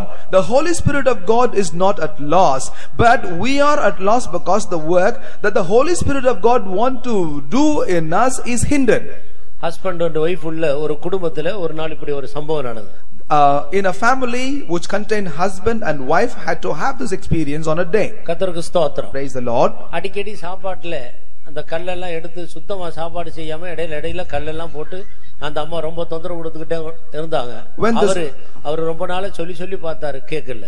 When this woman every time made a meal for the husband, she never used to clean up the rice enough so that the rice does not have any stones in it. One day, the man has told her several times about this, but then it appears this woman did not pay attention to that. And the amma housewife. That mother is that lady is a housewife. அவர் ஒரு அலுவலகத்துல நல்ல வேலை செய்றார். Whereas that husband is already working in an office. சொல்லி பார்த்து கேட்காதனால அந்த அம்மாவை அடிக்கிறது இவருக்கு ஒரு அற்ப காரியமாக இருந்தது. Because this woman did not obey to the husband, it was a very easy and a common habit for the husband to beat his wife. இந்த அம்மா ஹஸ்பண்டை துக்கப்படுத்தி விட்டார். Because this lady has grieved the heart of the husband. அவர் துக்கம் நிறைந்து ஒவ்வொரு மாசமும் வாங்க வேண்டிய ரேஷன் அந்த மாதத்துல வாங்காம 3 வேளை அவர் ஹோட்டல்ல போய் நல்லா சாப்பிட்டுட்டு போயிட்டாரு. அம்மா கம்ப்ளீட்டா மாசம் எல்லாம் காய ஆரம்பித்தார். There came a time because of the intensity of grief of the heart, this husband did not buy the monthly ration for home that particular month, but he went ahead to the hotel to have his 3 meals a day, and this woman had to starve. பரிசுத்த ஆவி பெற்றவர்கள் பரிசுத்த ஆவியானவரை துக்கப்படுத்தி விட்டால் பரிசுத்த ஆவியானவருக்கு அது நஷ்டம் அல்ல, நமக்கு தான் நஷ்டம். Therefore we need to understand, they that are spirit baptized, if we grieve the Holy Spirit of God, it is not the Holy Spirit of God who is at loss, but we are at loss. இந்த சகோதரி உணர்ந்து தன்னுடைய குற்றங்களுக்காக மனஸ்தாபப்பட்டு ஹஸ்பண்டனுடைய காலை பிடித்து மன்னிப்பு கேட்டு இனி ஒருபோதும் நான் அப்படி செய்ய மாட்டேன் என்று ஒப்புரவானார். This woman subsequently realized about her fault and then went unto the husband, surrendered herself, saying that pardon me, I will never do hereafter what I have been doing, and then she reconciled thus to her husband. அதன் பிறகு வீட்டுக்கு வேண்டிய ration மறுபடியும் வாங்கி கொடுத்தார். குடும்பம் சமாதானமாக போய் கொண்டிருந்தது. After that, the husband bought the monthly provision for the family. From that moment onwards, things went on very smooth at home. மீட்கப்படும் நாளுக்கென்று முத்திரையாக பெற்ற பரிசுத்த ஆவியானவரை துக்கப்படுத்தி விட்டால் உனக்குள்ளே நடக்க வேண்டிய மறுரூபத்தின் வேலை நடைபெறாது. If the Holy Spirit of God, which has been given unto you as the seal for the day of the redemption, then the work of perfection that ought to be done in you will never take place. முழுவதும் புளிப்பேறுகிற வரைக்கும் நீ அவரை பத்திரமாக உனக்குள்ளே அடக்கி வைத்து பாதுகாக்க. Until you become completely leavened, it is your responsibility to hide the Spirit of God in you, that you may protect him in you. நம்முடைய அற்பமான இந்த சரீரம் கர்த்தராகிய ஆண்டவருடைய மகிமையான சரீரத்துக்கு ஒப்பாக மறுரூபப்படும்படிக்கு நமக்கு கொடுக்கப்பட்டிருக்கிற பரிசுத்த ஆவியானவரை நமக்குள் ஜாக்கிரதையாக பாதுகாத்துக் கொள்ள வேண்டும். We have to protect the Holy Spirit of God who has been given unto us very carefully, so that this vile body will become as perfect as the body of Lord Jesus Christ himself in glory. பிலிப்பியர் 3ஆம் அதிகாரம் 20-21 வசனத்தை வாசி. Philippians chapter 3 verses 20 and 21. நம்முடைய குடியிருப்போ பரலோகத்தில் இருக்கிறது. அங்கே இருந்து கர்த்தராகிய இயேசு கிறிஸ்து என்னும் இரட்சகர் வரை எதிர்பார்த்து கொண்டிருக்கிறோம். அவர் எல்லாவற்றையும் தமக்கு கீழ்ப்படுத்திக் கொள்ளத்தக்க தம்முடைய வல்லமையான செயலின்படியே நம்முடைய அற்பமான சரீரத்தை தம்முடைய மகிமையான சரீரத்திற்கு ஒப்பாக மறுரூபப்படுத்துவார். அப்போ கர்த்தராகிய இயேசு கிறிஸ்து அவருடைய மகிமையான சரீரத்துக்கு ஒப்பாக நம்முடைய இந்த பலவீனமான அற்பமான சரீரத்தை எப்படி மறுரூபப்படுத்துகிறார்? That means we need to understand as to how Lord Jesus Christ changes our vile body into his glorious body. தம்முடைய வல்லமையான செயலின்படி. It is according to his powerful work in us. அந்த வல்லமையான செயல் எதை காட்டுகிறது? What does this work of power show? அதுதான் இந்த புளித்த மாவாகிய பரிசுத்த ஆவியினுடைய வல்லமை. That is the power of the Holy Spirit of God compared to this leaven. பரிசுத்த ஆவியினுடைய அபிஷேகம் பெறாத ஒரு மனிதனுடைய சரீரம் ஒருபோதும் மறுரூபமாக்கப்படாது. A body of a man who has not received the anointing of the Holy Spirit will never be transformed. ஆனபடியினால் அருமையான தேவனுடைய பிள்ளையே, நீ பரிசுத்த ஆவி பெற்ற பிறகுதான் சரியான ஒரு கிறிஸ்தவ வாழ்க்கையை நீ துவக்குகிறாய். Therefore, beloved child of God, you start a perfect Christian life only after the anointing of the Holy Spirit. அபிஷேகம் பெறாதவர்கள் அழுகையோடும் கண்ணீரோடும் சரியான விதத்தில் கர்த்தருடைய வசனங்களுக்கு கீழ்ப்படிந்து அபிஷேகத்தை பெற்றுக்கொள்ளும்படி நீங்கள் பிரயாசப்பட வேண்டும். Anyone who has not received the anointing of the baptism of the Holy Spirit as yet will have to in tears stay in the presence of God, intercede with God, receive the anointing and progress forward in God. முதலாம் தெசலோனிக்கேயர் 5ஆம் அதிகாரம் 23-24 வசனத்தை வாசி. Let's read 1 Thessalonians chapter 5 verses 23 and 24. சமாதானத்தின் தேவன் தாமே உங்களை முற்றிலும் பரிசுத்தமாக்குவாராக. உங்கள் ஆவி ஆத்துமா சரீரம் முழுவதும் நம்முடைய கர்த்தராகிய இயேசு கிறிஸ்து வரும்போது குற்றமற்றதாய் இருக்கும்படி காக்கப்படுவதாக. உங்களை அழைக்கிறவர் உண்மையுள்ளவர், அவர் அப்படியே செய்வார். நம்முடைய ஆவி ஆத்துமா சரீரம் முழுவதும் குற்றமற்றதா இருக்கும்படி காக்கப்படுவதாக. Holy, it is important for our spirit, soul and body be preserved blameless. அதற்கு தான் இந்த பரிசுத்த ஆவி தேவையாக இருக்கு. It is only for that end we are in need of the Holy Spirit. புறஜாதியாராகிய பலி பரிசுத்த ஆவியினாலே பரிசுத்தமாக்கப்படுகிறது. The sacrifice is also accepted and purified by the Holy Spirit. மனிதனுக்குள்ளே பரிசுத்தமாக்கப்படுகிற வேலை 3 விதங்களில் நடைபெறுகிறது. The work of sanctification in man is wrought in 3 dimensions. ஒன்று இயேசுவினுடைய இரத்தத்தினால. First and the foremost is by means of the blood of Jesus Christ. இன்னொன்று தேவனுடைய வார்த்தையினால. Second one is by means of the word of God. மூன்றாவது பரிசுத்த ஆவியினால. Thirdly, it is by means of the Holy Spirit. இந்த மூன்றும் ஒரு மனிதனுக்குள்ளே செயல்பட வேண்டும். All these 3 will have to be at work in man. ஞானஸ்நானம் எடுத்ததோடு திருப்தியாகி விடாதீர்கள். போகாதீர்கள். Do not be satisfied because you have been baptized. நீங்கள் பரிசுத்த ஆவியை வருந்தி கேட்டு பெற்றுக்கொள்ள வேண்டும். But you have to earnestly long and beg for the Spirit baptism and receive it. இந்த பரிசுத்த ஆவியை எப்படி நாம் கேட்டு பெற்றுக்கொள்ள வேண்டும் என்பதற்கு கூட ஆண்டவர் ஒரு உவமையை கற்றுக் கொடுத்திருக்கிறார். The Lord has taught unto us also a parable as to how earnestly we should seek and receive the baptism of the Holy Spirit. இந்த புளித்த மாவை குறித்ததான உவமை ஒரு மனிதனுக்கு பரிசுத்த ஆவி எவ்வளவு முக்கியம் என்பதை காட்டுகிறது. The parable of the leaven helps us understand as to how important it is for a man to receive the baptism of the Holy Spirit. கர்த்தருக்கு ஸ்தோத்திரம். Praise the Lord. இந்த புளித்த மாவை 3 படி மாவிலே அடக்கி வைத்த பொழுது அடுத்த நாள் பார்த்தால் எல்லா மாவும் புளித்த மாவாகவே இருக்கிறது. புளித்த மாவு தனி, சாதாரண மாவு தனியாக பிரிக்க முடியாது. When this one measure of leaven has been hid in the 3 measure of meal, on the second day the entire meal has become leaven. You cannot therefore separate the measure that was leaven and the measure that was not leaven at that point in time. இது எதை காட்டுகிறது? What does this show? ஒரு மனிதனுக்குள்ள பரிசுத்த ஆவியானவர் வந்த பிறகு நாளடைவிலே அவனை கடைசியாக தன்மயமாகவே மாற்றி விடுகிறார். This shows when the Spirit of God enter into a man step by step, day after another, the Spirit of God makes this man like him and he makes him just like him. உதாரணமாக பால் காய்ச்சி அதிலே கொஞ்சம் மோர் ஊத்தின பிறகு அடுத்த நாள் பால் இல்ல மோர் இல்ல ரெண்டு சேர்ந்து தயிராக காணப்படுகிறது. For example, you imagine, you think about this. You boil milk on the first day and then take a little bit of curd and pour this buttermilk into the milk. On the next day, you neither get milk nor buttermilk, but together they form curd. இது ஒரு பெரிய சத்தியம் பிரியமானவர்களே. Beloved, this is a great truth. மனுஷனுக்குள்ள பரிசுத்த ஆவியானவர் வந்த பிறகு, when the Holy Spirit of God enter into man, இந்த மனிதனை தன்மயமாக மாற்றி அவனை முற்றிலும் பரிசுத்தவானாக மாற்றின பிறகு, he changes man step by step like him, and after he makes him completely a holy and a sanctified person. அதன் பிறகு மனுஷன் வேறு பரிசுத்த ஆவியானவர் வேறு என்று இரண்டாக பிரிக்க முடியாது. After that it is impossible to separate man from the Holy Spirit of God. இந்த ரெண்டு பேரும் சேர்ந்து ஆட்டுக்குட்டியானவருடைய மணவாட்டி என்ற ஒரு இடத்துக்கு வந்து விடுகிறார். When both of them thus come together, they come to the place where they are called as the brides of the Lamb. நீங்கள் வேதத்தில் வாசித்தால் ஆரம்பத்தில் பிதா, குமாரன், பரிசுத்த ஆவி, மனிதன் என்று 4 பேரை நாம் பார்க்கிறோம். As we read the Bible, right from the beginning we are able to notice that there was Father, Son and the Holy Spirit and also man. மனிதன் பாவம் செய்த பிறகு மனிதன் இந்த திருத்துவ தேவனை விட்டு விலகி விடுகிறார். But on the day when man committed sin, he departed from this triune God. ஆண்டவர் மனிதனை உண்டாக்கி தன்னில் ஒருவனாக அவனை மாற்றும்படியாகத்தான் உண்டாக்கினார். God created man so that he will make man like one of them. மனிதன் இப்போது தேவனை விட்டு விலகி விட்டார். Now man has departed from God.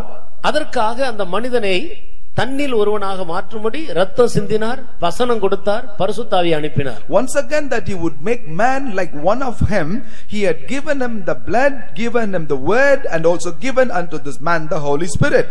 ரத்தத்தினாலும் வசனத்தினாலும் பாவத்தில் விழுந்த மனிதன் தூக்கி எடுக்கப்படுகிறார். A man who has been fallen into sin is lifted up only by means of the blood and by means of the word. இந்த மனிதனை அபிஷேகம் பண்ணி தேவ ஆவியானவர் மனிதனுக்குள்ளே தன்னுடைய வாசஸ்தலத்தை வைத்துக் கொள்கிறார். After anointing this man by the Holy Spirit, God chooses to dwell inside this man by means of the Holy Spirit. இவனுக்குள்ள இருந்து இவருடைய அக்கிரமங்கள், குறைகள், குற்றங்கள் எல்லாவற்றையும் சகித்து பொறுத்து இந்த மனிதனை கடைசியாக தன்னை போல மாற்றுகிறார். From then on, by being inside this man, he tolerates and endures all the shortfalls and the misgivings of this man, continue to work in this man till he would make this man just like him. இனி வரப்போகிறதான நித்தியத்திலே பரலோகத்தில் பிதா, குமாரன், பரிசுத்த ஆவி, மனிதன் என்ற 4 பேரை நாம் பார்க்க முடியாது. In the coming eternity, we shall not be able to see God the Father, the Son,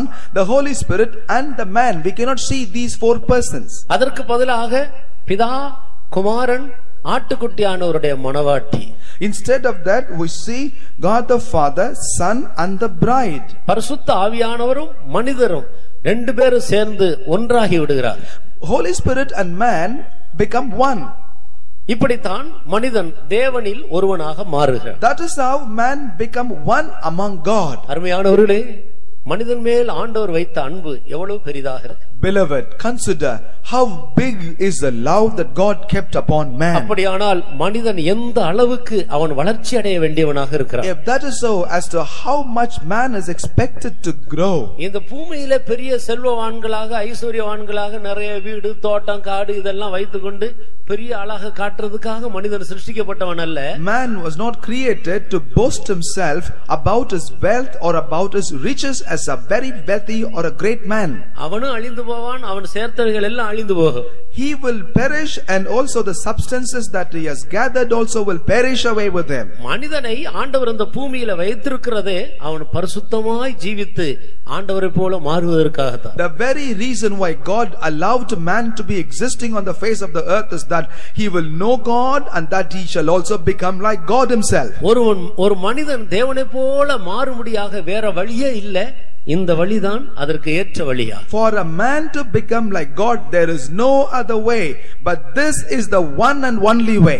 அதற்காகத்தான் இயேசு சொன்னார், நானே வழியும் சத்தியமும் ஜீவனும். And that is the reason why Lord Jesus said boldly, I am the way, the truth and life. இந்த ஒரு வழியாக போனால் மாத்திரம்தான் மனிதன் தேவனுடைய நோக்கத்தை நிறைவேற்றக்கூடியவனாக இருப்பான். Only when man go through this one and only way, man will be able to fulfill the purpose of God in his life. பூமியிலே ஜீவிக்கிற மனிதனுக்குள்ளே பரிசுத்த ஆவியானவர் வாசம் பண்ணும்படி மனிதன் தன்னுடைய இருதயத்தை திறந்து கொடுக்க வேண்டும். Man thus will have to open up his heart, even while as he is living in the earth, the God may come and dwell in him. பரிசுத்த ஆவி அவ்வளவு அவசியமாக இருக்கிறார். That is how important is the Holy Spirit of God. அது ஏதோ ஒரு ஆவி என்று யோசிக்க கூடாது. திருத்துவத்தின் மூன்றாவது ஆள். Do not consider Holy Spirit of God is a spirit, but he is a third person in the Trinity. ஆனபடியினால்தான் பரிசுத்த ஆவியானவர் என்று எழுதப்பட்டிருக்கிறது. And that is the reason why he is addressed as the Holy Spirit of God. தேவனானவர், ஆட்டுக்குட்டி ஆனவர், பரிசுத்த ஆவியானவர். It is mentioned as God the Father, the Son and the Holy Spirit of God. ஆனபடியினால் பிரியமானவர்களே, பரிசுத்த ஆவியினுடைய அபிஷேகம் நமக்கு மிகவும் அவசியம். Therefore, beloved, it is important for us to have the anointing of the Holy Spirit. இந்த பூமியில இருக்கிற காலமெல்லாம் நாம் தேவனுடைய ஆவியினால் தான் நடத்தப்பட வேண்டும். All the days of our life on the earth, we will have to be guided by the Holy Spirit of God. பரிசுத்த ஆவியானவருடைய கட்டுப்பாட்டுக்குள் ஒரு மனிதன் தன்னை முழுவதும் ஒப்படைக்க வேண்டும். A man will have to surrender himself to be under the dominion of the Holy Spirit of God.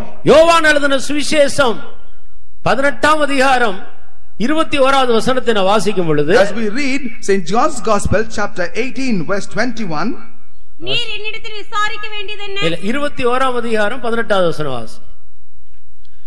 நீ இளவயதுள்ளவனாக இருந்தபோது உன்னை நீயே அறை கட்டிக்கொண்டு உனக்கு இஷ்டமான இடங்களிலே நடந்து திரிந்தாய்.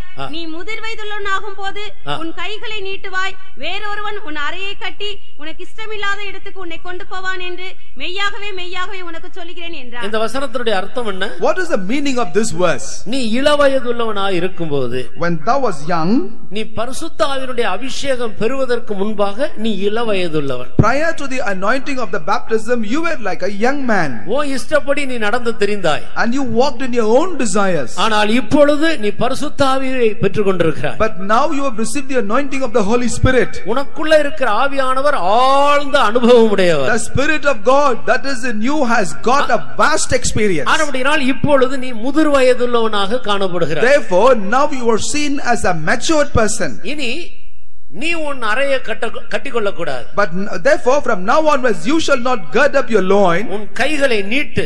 You just have to stretch forth your hand. வேறொருவனாகிய பரிசுத்த ஆவியானவர் உன் மனதின் அறையை கட்டுவார். The Holy Spirit of God like another man will come and gird up the loins of your mind. இனி உன் இஷ்டம் போல நடக்க முடியாது. From henceforth you shall not walk according to your desire. அவர் அவருடைய இஷ்டத்தின்படியே உன்னை நடத்துவார். He shall now on lead you according to his own pleasure. எந்த ஒரு மனிதன் இந்த நடத்திப்புக்குள்ளே தன்னை ஒப்பு கொடுக்கிறானோ அவனைத்தான் அவர் சீக்கிரமாய் முற்றிலும் பரிசுத்தமாக்க முடியும். Every man that surrender himself unto this path, he will make him as perfect as he himself is.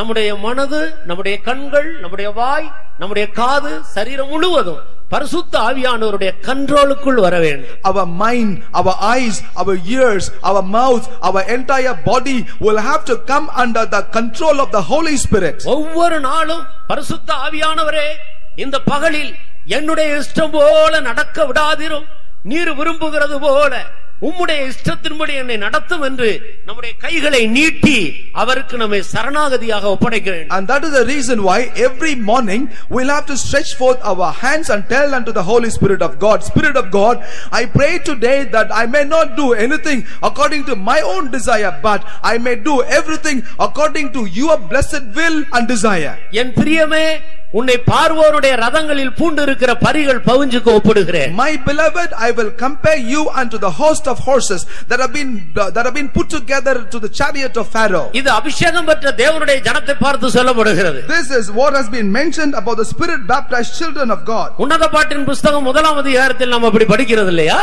Do we not read like that in the book of Song of Solomon in chapter 1? பார்வோருடைய ரதத்தில் பூண்டு இருக்கிறதான அந்த குதிரைகள் அந்த ரதத்தை ஓட்டுகிறவனுடைய கட்டுப்பாட்டுக்குள் அடங்கி இருக்கிறது. The horses that have been put together in the chariot of Pharaoh is under the control of the one who drives them. அந்த குதிரைகள் தான் விரும்புகிறது போல சாப்பிட முடியாது. The horses cannot therefore eat as they want to. தான் விரும்புகிறது போல ஓய்வு எடுக்க முடியாது. They cannot take rest according to their own desire. குதிரையும் கழுதையும் சுய இச்சையாக நடமாடுகிற மிருகங்கள். Generally speaking, both the horse and the ass will walk according to their own desire. ஆனபடியினால் பார்வோருடைய குதிரைகள் சுய இஷ்டமாக எங்கேயும் போக முடியாது. But the horses of the Pharaoh cannot walk according to their own desires. அது இன்னொருவன் தன்னை நடத்துகிறவனுடைய ரத சாரதியினுடைய கட்டுப்பாட்டுக்குள் அடங்கி இருக்கிற குதிரைகள். Those are the horses that have surrendered themselves to be conducted by the chariot keeper. கிறிஸ்தவன் என்று சொல்லி உன்னுடைய இஷ்டம் போல பேசாதே, சிந்திக்காதே, பார்க்காதே, நடக்காதே, உன்னை முழுவதும் பரிசுத்த ஆவியானவருடைய நடத்திப்புக்குள்ள கட்டுப்பாட்டுக்குள்ள ஒப்படைப்பாயா. Calling yourself as a Christian, please do not see whatever you want to, talk whatever you want to, think whatever you want to, but kindly surrender yourself unto the authority and the guidance of the Holy Spirit of God. காலையிலே ஆராதனை, சாயந்தரம் cinema theatre. In the morning one will go to worship service, but in the evening they will go to watch a movie. கர்த்தருக்கு ஸ்தோத்திரம். Praise the Lord. அருமையான தேவனுடைய பிள்ளையே, beloved child of God, நீ ஒரு நோக்கத்தோடு தேவனால் இந்த பூமியில பிறப்பிக்கப்பட்டிருக்கிறாய். you have been born by God on the face of the earth with a sure purpose. உன் கைகளை நீட்டு. Therefore stretch your hand out. வேறொருவனாகிய பரிசுத்த ஆவியானவருடைய மனதின் அறையை கட்டட்டும். May the Holy Spirit of God like another man come and gird up the loins of your mind. உன் சொந்த பேச்சை பேசாதே. Do not speak your selfish talks. உன் சொந்த வழிகளிலே நடக்காதே. Do not walk in the ways that you desire to walk. தேவாவியானவருடைய கட்டுப்பாட்டுக்குள் அடங்கி இருப்பாயா. But be under the authority of the Holy Spirit of God. உன்னுடைய கிறிஸ்துவ வாழ்க்கை லிப்ட்ல போகிறது போல மிக எளிதாக முன்னேறி கொண்டிருக்கும். Then your Christian life will be like a man who is being lifted up in an elevator, as smooth and as easy. இந்த சூரியனுக்கு கீழே இந்த முழு பூமியிலேயும் ஒரு கிறிஸ்துவ வாழ்க்கையை போல அபிஷேகம் பெற்று பரிசுத்த ஆவியினுடைய கட்டுப்பாட்டுக்குள்ள அடங்கி இருக்கிற ஒரு மனிதனுடைய வாழ்க்கையை போல எளிதான, இனிமையான, சமாதானமான ஒரு வாழ்க்கை இந்த பூமியில வேற எங்கேயும் கிடையாது. There is no life in the entire world under the sun on the earth like a life that is easy and so smooth and protected like the life which has been surrendered to the control and the authority of the Holy Spirit of God. நீ இஷ்டம் போல பரிசுத்த ஆவியானவருடைய கட்டுப்பாட்டை விட்டு விலகி நடக்கிறபடினாலும், பரிசுத்த ஆவியை பெறாமல் நடக்கிறபடினாலும் தான் கிறிஸ்துவ வாழ்க்கை உனக்கு கடினமாக தோன்றுகிறது. But the Christian life has been construed by you as a difficult one because you always endeavor to walk according to your own desire instead of surrendering your life into the authority and the rulership of the Holy Spirit of God. வருத்தப்பட்டு பாரம் சுமக்கிறவர்களே என்னிடத்தில் வந்து கற்றுக்கொள்ளுங்கள். They that are heavily laden with burden, come unto me and learn of me. என் நுகம் மெதுவானது, For my yoke is soft, என் சுமை லகுவானது, and my burden is gentle. அதிலே நடவுங்கள். You walk therein. உங்கள் ஆத்துமாவுக்கு இளைப்பாறுதல் இருக்கும். You shall then find rest unto your soul. கர்த்தருக்கு ஸ்தோத்திரம். Praise the Lord. இந்த பரிசுத்த ஆவி பெற்று பரிசுத்த ஆவியானவரால் நடத்தப்படுகிற ஒரு வாழ்க்கை மிக மிக மிக இனிமையான ஒரு வாழ்க்கை. A life that has been spirit baptized, life that is guided by the Spirit of God is such a sweet life. அந்த வாழ்க்கையிலே சலிப்பு கிடையாது. In that life you will never be frustrated. அந்த வாழ்க்கையிலே தோல்வியே இல்லை. In that life there is no defeat whatsoever. அந்த வாழ்க்கை இடறல் இல்லாத வாழ்க்கை. There is no offense in that life.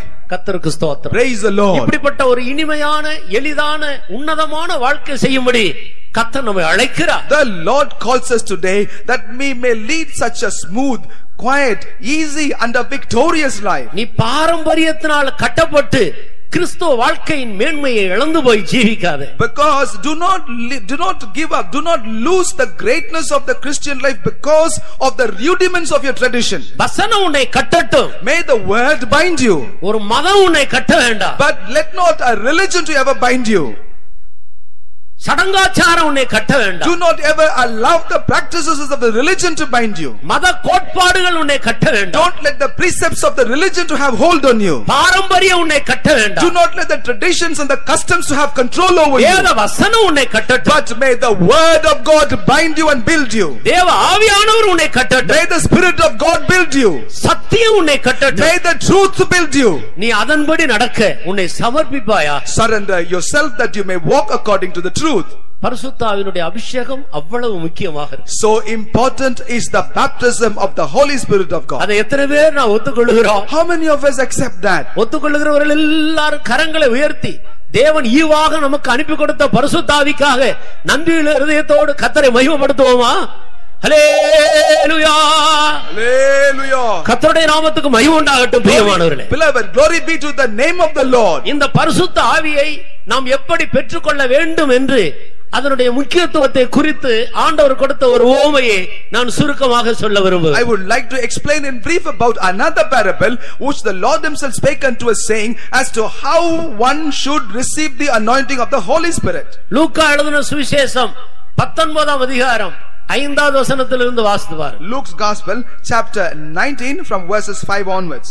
பின்னும் அவர் அவர்களை நோக்கி, உங்களில் ஒருவன் தனக்கு சிநேகிதனாயிருக்கிறவனிடத்தில் பாதி ராத்திரியிலே போய், சிநேகிதனே, என் சிநேகிதன் ஒருவர் வழிப்பிரயாணமாய் என்னிடத்தில் வந்திருக்கிறான், அவன் முன் வைக்கிறதற்கு என்னிடத்தில் ஒன்றுமில்லை, நீ 3 அப்பங்களை எனக்கு கடனாக தர வேண்டும் என்று கேட்டுக்கொண்டான். வீட்டுக்குள் இருக்கிறவன் பிரதியுத்தரமாக, என்னை தொந்தரவு செய்யாதே, கதவு பூட்டியாயிற்று, என் பிள்ளைகள் என்னோட கூட படுத்திருக்கிறார்கள், நான் எழுந்திருந்து உனக்கு தரக்கூடாது என்று சொன்னான். பின்பு தனக்கு அவன் சிநேகிதனாயிருக்கிறது நிமித்தம் எழுந்து அவனுக்கு கொடாவிட்டாலும் தன்னிடத்தில் அவன் வருந்து கேட்கிறது நிமித்தமாவது எழுந்திருந்து அவனுக்கு தேவையானதை கொடுப்பான் என்று உங்களுக்கு சொல்கிறேன். கர்த்தருக்கு ஸ்தோத்திரம். Praise be to the Lord. லூக்கா சுவிசேஷம் 11ஆம் அதிகாரம் முழுவதும் பரிசுத்த ஆவியினுடைய முக்கியத்துவத்தை குறித்து எழுதியிருக்கிறது. The entire chapter of 11 in the Gospel according to Luke is all about the Holy Spirit.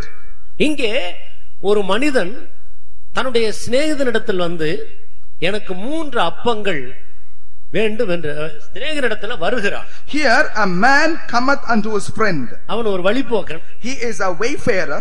அவன் ஒரு வீட்டுக்கு வந்து பாதி ராத்திரியில வருகிறான். He comes unto this house in the mid of the night. இவன் அவனுக்கு முன்பாக தன்னுடைய வீட்டை அடைக்கலமாக தேடி வந்து அவனுக்கு முன்பாக வைக்க ஒன்று இல்லாமல் அவன் தன்னுடைய நண்பனிடத்துல போகிறான். He did not have anything to place before his friend to have at that night, therefore he went unto his friend's home. இங்கே 3 நண்பர்களை பார்க்கிறோம். Here we are able to notice 3 individuals who are friends. அவன் தன்னுடைய நண்பனிடத்துல போய் 3 அப்பங்களை எனக்கு கடனாக தாரும் என்று சொல்லுகிறார். When he went unto his friend, he asked of his friend that he may loan 3 loaves of bread for this man. என்னை தொந்தரவு செய்யாதே, என் பிள்ளைகள் படுத்திருக்கிறார்கள், நான் இளைப்பாறிக் கொண்டிருக்கிறேன் என்று சொல்லுகிறார். That man said, do not disturb me, for my children are in bed already. We are taking rest now. ஆனாலும் அவன் வருந்தி கேட்கிறான். But this man begs him, தயவு செய்து எனக்கு தா, please give that to me now. என் அண்டையில வந்தவனுக்கு வைக்க ஒன்றுமே இல்லை. I do not have anything to place before the man who had come unto me. அவனுக்கு கொடுக்க வேண்டும் என்று கொடுக்கக்கூடிய இருதயம் அவனுக்கு இல்லாவிட்டாலும் அவன் வருந்தி கேட்டது நிமித்தம் அவனுக்கு கொடுக்கிறார். Though the friend originally did not have the heart to give in the first request, because this man pleaded before him, he relented and gave that to him. பாதி ராத்திரி என்று சொல்லுவது பாவம் நிறைந்த இந்த பூமியில் ஜீவிக்கிற இந்த காலத்தை காட்டுகிறது. The mid of the night refer to the time in which you and I are living today in this world which is full of wickedness and sin. ரோமர் 13ஆம் அதிகாரத்தில் படிக்கிறோம், இரவு சென்று போயிற்று, பகல் சமீபமாக இருக்கிறது. In the book of Romans chapter 13 we read that the night is far spent, behold the day is at hand. கிருபையின் காலம் என்று சொல்லுகிறது, இன்னொரு விதத்தில் சபைக்கு இராக்காலம்.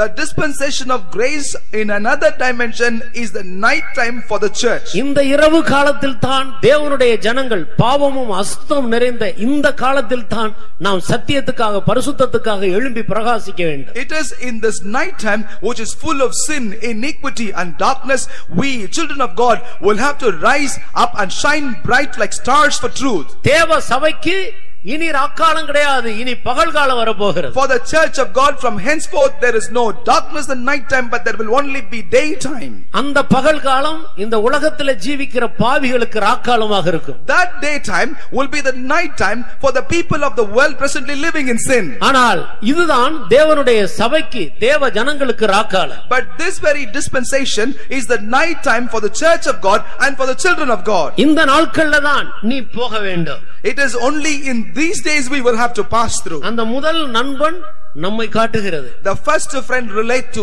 us.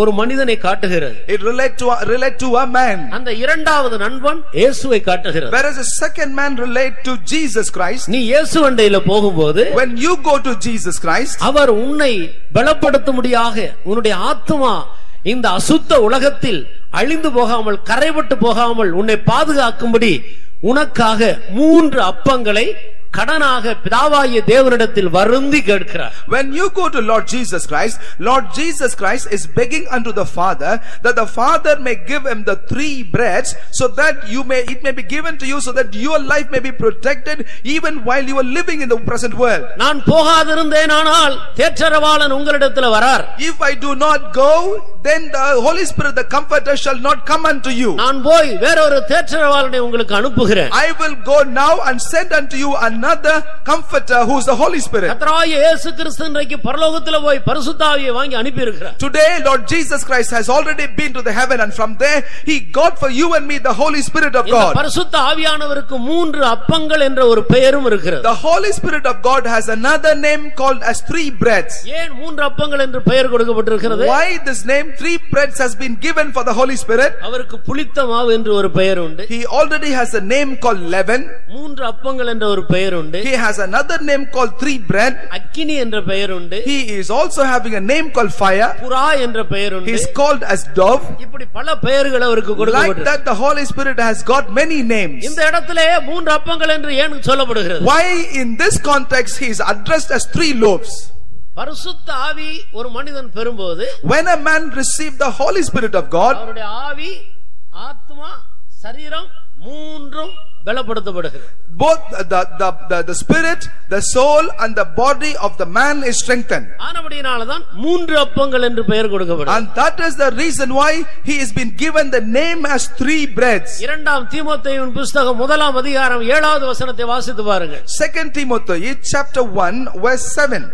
நான் உங்களுக்கு பயமுள்ள ஆவியை கொடாமல் பலமும் அன்பும் தெளிந்த புத்தியும் உள்ள ஆவியை தந்திருக்கிறேன். I did not give unto the spirit of fear, but I have given unto you the spirit of love, sound mind and strength. நமக்கு கொடுக்கப்பட்டிருக்கிற இந்த பரிசுத்த ஆவியிலே 3 ஆசீர்வாதங்கள் இருக்கிறது. The spirit of God whom you and I have received, there are 3 blessings in him.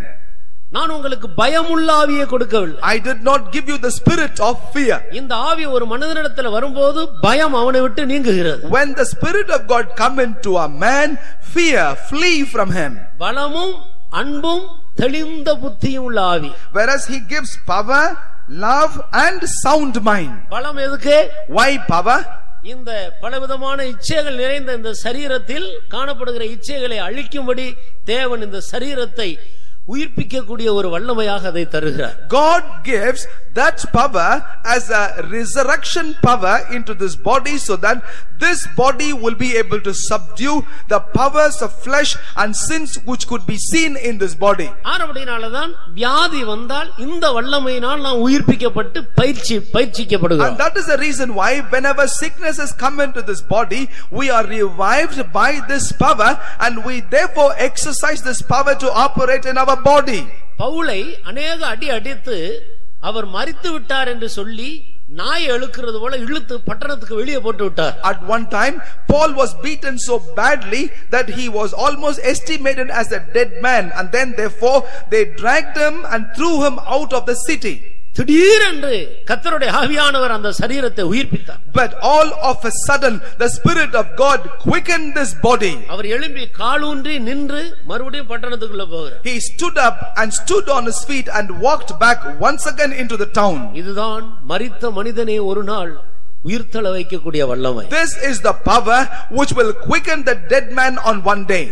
இரண்டாவதாக இந்த பரிசுத்த ஆவி ஒன்று சரீரத்துக்கு பலன், இன்னொன்று ஆத்மாவுக்கு அன்பு. Secondly, this Spirit of God becomes strength to the body, while the Spirit of God becomes love to the soul. இந்த அன்பு உள்ள வரும்போது இருதயத்துக்குள்ள இருக்கிறதான தேவையில்லாத ஆசை இச்சைகள் எல்லாம் அழிக்கப்படும். When this love penetrates into the soul, all the unwanted desires and the lusts will be destroyed thereof. எங்களை பலரும் கேட்கிறார்கள், அது விவாகம் இல்லாமல் எப்படி ஜீவிக்க முடியும் என்று. Many people used to ask us as to how is it possible for you to lead a life of celibacy. மடியில நெருப்பை கட்டிக்கொண்டு வேகாது இருக்கிறவன் யார்?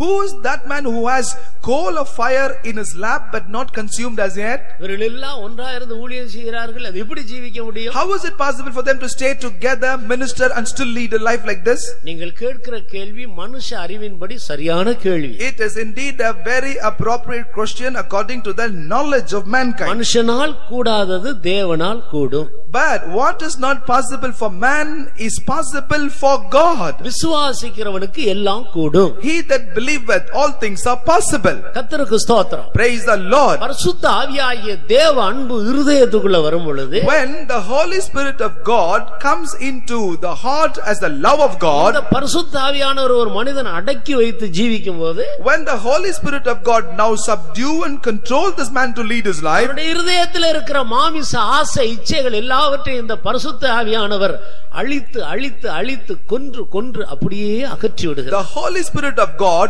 undertakes the life of this man, and then he destroys the lustful desires that are in the heart step by step, and he completely destroys that. இந்த பரிசுத்த ஆவியானவருக்கு தன்னை ஒப்பு கொடுத்து ஆவியினால் நிறைந்து ஜீவிக்காதவர்கள்தான் எங்கள் மத்தியிலேயும் கூட சிலர் நஷ்டப்பட்டு போகிறார். There are some people even in the midst of us who have not surrendered themselves completely to the governance and the dominion of the Holy Spirit, fall away. அவர்கள் ஊழியத்துக்கு அழைக்கப்பட்ட அழைப்புல அது தவறல்ல. There is no wrong in the calling that they have had for the calling of the ministry. அழைத்தவர் பகுதியில் உள்ள தவறல்ல. It is also not the fault of the one that called them. இந்த பிரதிஷ்டையில் உள்ள தவறல்ல.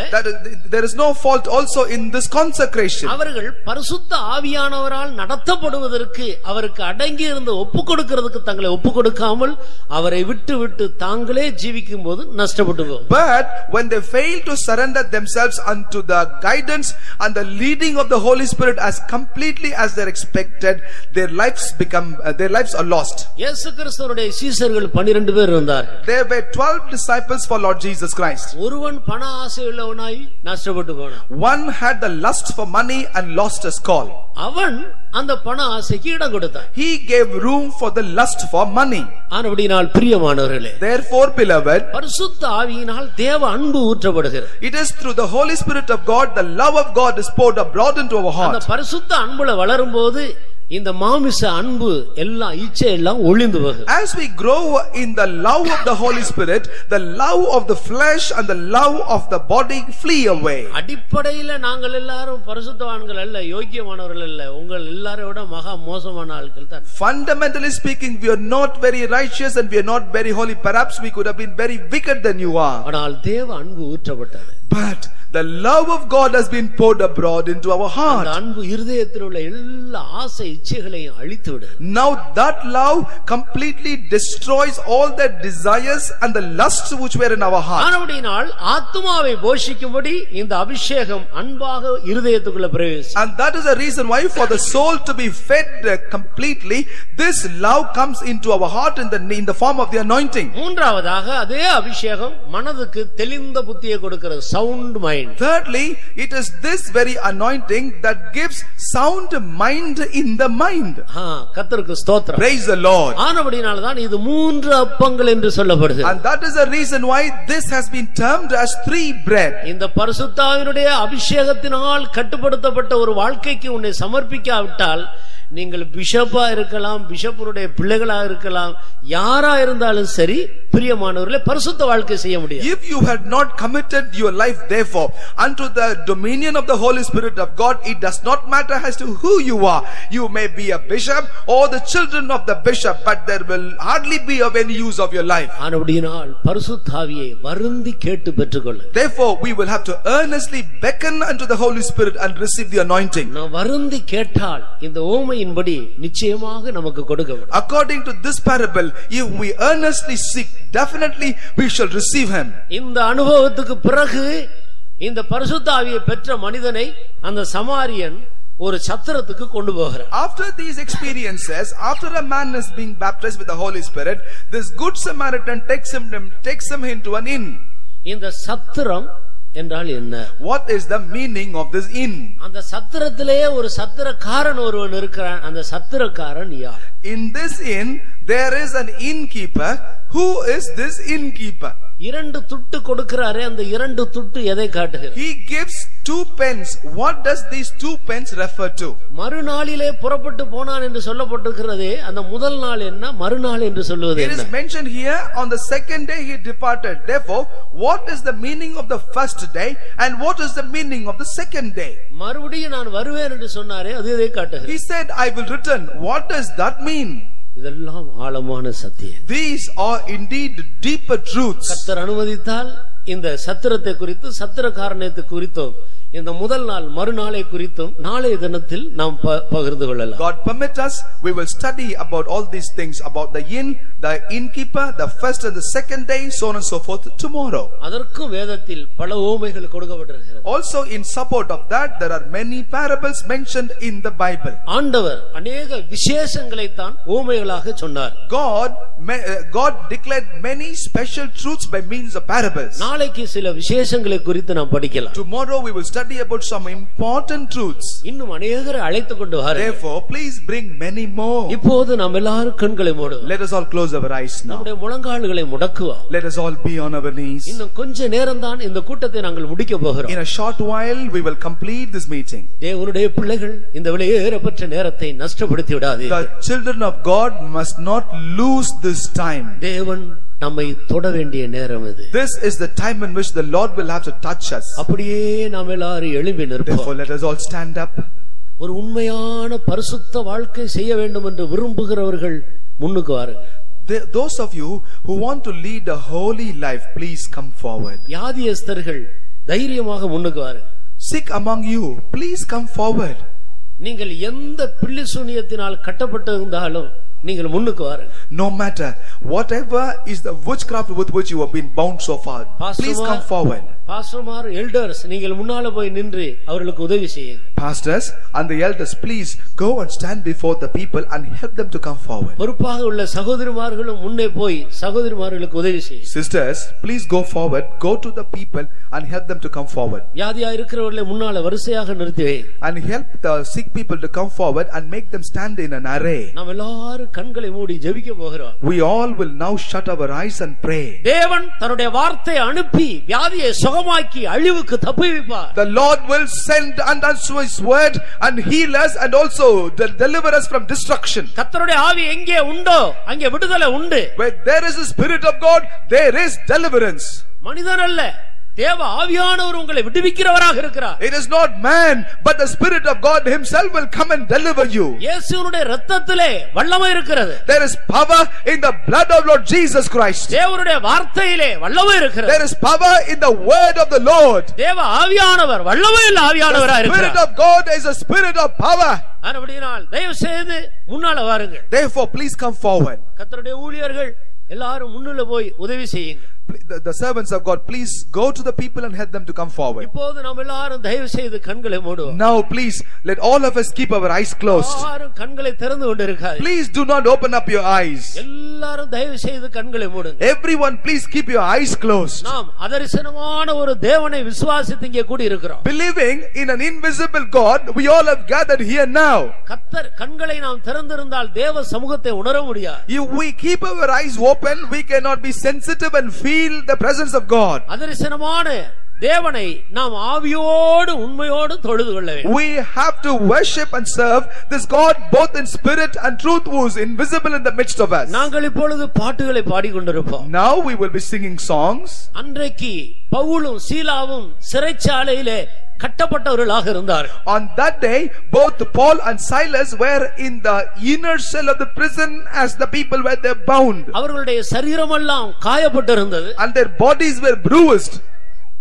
அவர்கள் மாத்திரமல்ல அநேகர் சிறைச்சாலையிலே கைதியாக இருந்தார்கள். Not only them, there were many others that were arrested people in the prison. நடு ராத்திரியிலே இவர்கள் இருவரும் கர்த்தரை துதித்து பாடினார்கள் என்று வேதத்திலே சொல்லப்பட்டிருக்கிறது. But the Bible say that in the middle of the night both of them together worshipped and sang praises unto the Lord. இப்பொழுது இயேசு கிறிஸ்துவினுடைய இரத்தத்தின் வல்லமையை துதித்து பாட போகிறோம். Now we will sing praising unto the blood of the Lord. ஆண்டவருடைய மகிமையை துதித்து பாட போகிறோம். We will sing songs glorifying God. அவருடைய பரிசுத்தத்தின் வல்லமையை துதித்து பாட போகிறோம். We will sing song praising the power of his holiness. அவருடைய உயிர்ப்பிக்கிற வல்லமையை துதித்து பாட போகிறோம். We will sing praising the power of the resurrection. சுகமாக்குற வல்லமையை விசுவாசித்து துதித்து பாட போகிறோம். Believing in the power of healing, we will sing praises unto him. நாம் கர்த்தரை துதித்து பாடிக்கொண்டிருக்கும் பொழுது அன்றைக்கு சிறைச்சாலையை அசைத்த தேவனுடைய வல்லமை இன்றைக்கு மாறாததாக நமத்திலே இறங்கும். As we sing praises unto the Lord,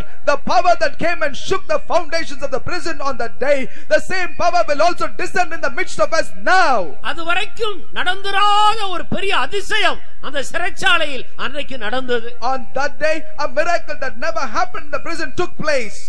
கட்டப்பட்டிருந்த எல்லா கைதிகளுடைய கட்டுகளும் கலந்து போயிற்று. The bondages with which all the arrested people have been bound has been broken.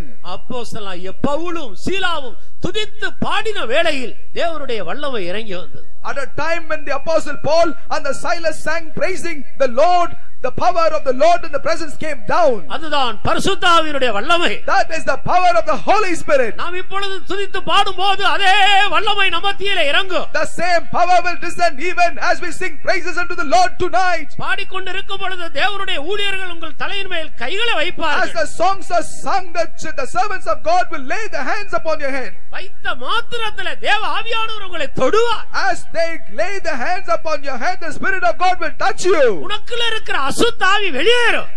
The evil spirit in you will come out. உன்னை கட்டி வைத்திருக்கிற அந்த வியாதியினுடைய வல்லமை அழிக்கப்படும். The power of the sickness that held you bound this long will be loosened. உன்னுடைய பரிசுத்த வாழ்க்கையை நஷ்டப்படுத்துகிற அசுத்த ஆவிகள் நிர்மூலமாக்கப்படும். The evil spirit that destroy your holy life will be destroyed now. உனக்குள்ளே தேவன் ஒரு புதிய வேலையை செய்து கொண்டிருப்பார். The Lord will do a new work in you. நீ இன்றைக்கு விசுவாசித்தால் தேவனுடைய மகிமையை காண்பாய். If you believe today, you shall see the glory of God. பாட்டு பாடும்போது தேவனுடைய ஊழியர்கள் எல்லாருடைய தலைகளிலே கைகளை வையுங்கள். As the songs are sung, the servants of God shall keep your hands upon everyone gathered here. மனுஷன் அல்ல, கர்த்தருடைய ஆவியானவர் உன்னை சந்திப்பார். It is not the man, but the Spirit of God will touch you. அதரிசனமோட இயேசுவின் இரத்தம் உன்னை கழுவும். The invisible, the blood of Lord Jesus will wash you. கர்த்தருடைய வார்த்தை உன்னை உயிர்ப்பிக்கும். The word of God will quicken you. ஹல்லேலூயா, ஹல்லேலூயா, ஹல்லேலூயா. இயேசுவின் நாமம் வல்லமை உள்ளதே. இயேசுவின் நாமம் ஜெயமாலிக்குமே. இயேசுவின் நாமம் வல்லமை உள்ளதே. இயேசுவின் நாமம் ஜெயமாலிக்குமே. இயேசுவின் நாமம் சாவிரிரி குடி இயேசுவின் நாமம் ஔஷதமே இயேசுவின் நாமம் சாவிரிரி குடி இயேசுவின் நாமம் ஔஷதமே இயேசுவின் நாமம் வல்லமையுள்ளது இயேசுவின் நாமம் ஜெயமளிக்குமே இயேசுவின் நாமம் வல்லமையுள்ளது இயேசுவின் நாமம் ஜெயமளிக்குமே இயேசுவின் நாமம் சாவிரிரி குடி இயேசுவின் நாமம் ஔஷதமே இயேசுவின் நாமம் சாவிரிரி குடி இயேசுவின் நாமம் ஔஷதமே இயேசுவின் நாமம் வல்லமையுள்ளது இயேசுவின் நாமம் ஜெயமளிக்குமே இயேசுவின் நாமம் வல்லமையுள்ளது இயேசுவின் நாமம் ஜெயமளிக்குமே இயேசுவின் நாமம் சாவிரிரி குடி இயேசுவின் நாமம் ஔஷதமே இயேசுவின் நாமம் சாவிரிரி குடி இயேசுவின் நாமம் ஔஷதமே இயேசுவின் நாமம் சாவிரிரி குடி இயேசுவின் நாமம் ஔஷதமே இயேசுவின் நாமம் வல்லமையுள்ளது இயேசுவின் நாமம் ஜெயமளிக்குமே இயேசுவின் நாமம் வல்லமையுள்ளது இயேசுவின் நாமம் ஜெயமளிக்குமே இயேசுவின் நாமம் சாவிரிரி குடி இயேசுவின் நாமம் ஔஷதமே இயேசுவின் நாமம் சாவிரிரி குடி இயேசுவின் நாமம் ஔஷதமே இயேசுவின் நாமம் சாவிரிரி குடி இயேசுவின் நாமம் ஔஷதமே இயேசுவின் நாமம் சாவிரிரி குடி இயேசுவின் நாமம் ஔஷதமே இயேசுவின் நாமம் சாவிரிரி குடி இயேசுவின் நாமம் ஔஷதமே இயேசுவின் நாமம் சாவிரிரி குடி இயேசுவின் நாமம் ஔஷதமே இயேசுவின் நாமம் சாவிரிரி குடி இயேசுவின் நாமம் ஔஷதமே இயேசுவின் நாமம் சாவிரிரி குடி இயேசுவின் நாமம் ஔஷதமே இயேசுவின் நாமம் சாவிரிரி குடி இயேசுவின் நாமம் ஔஷதமே இயேசுவின் நாமம் சாவிரிரி குடி இயேசுவின் நாமம் ஔஷதமே இயேசுவின் நாமம் சாவிரிரி குடி இயேசுவின் நாமம் ஔஷதமே இயேசுவின் நாமம் சாவிரிரி குடி இயேசுவின் நாமம் ஔஷதமே இயேசுவின் நாமம் சாவிரிரி குடி இயேசுவின் நாமம் ஔஷதமே இயேசுவின் நாமம் சாவிரிரி குடி இயேசுவின் நாமம் ஔஷதமே இயேசுவின் நாமம் சாவிரிரி குடி இயேசுவின் நாமம் ஔஷதமே இயேசுவின் நாமம் சாவிரிரி குடி இயேசுவின் நாமம் ஔஷதமே இயேசுவின் நாமம் சாவிரிரி குடி இயேசுவின் நாமம் ஔஷதமே இயேசுவின் நாமம் சாவிரிரி குடி இயேசுவின் நாமம் ஔஷதமே இயேசுவின் நாமம் சாவிரிரி குடி இயேசுவின் நாமம் ஔஷதமே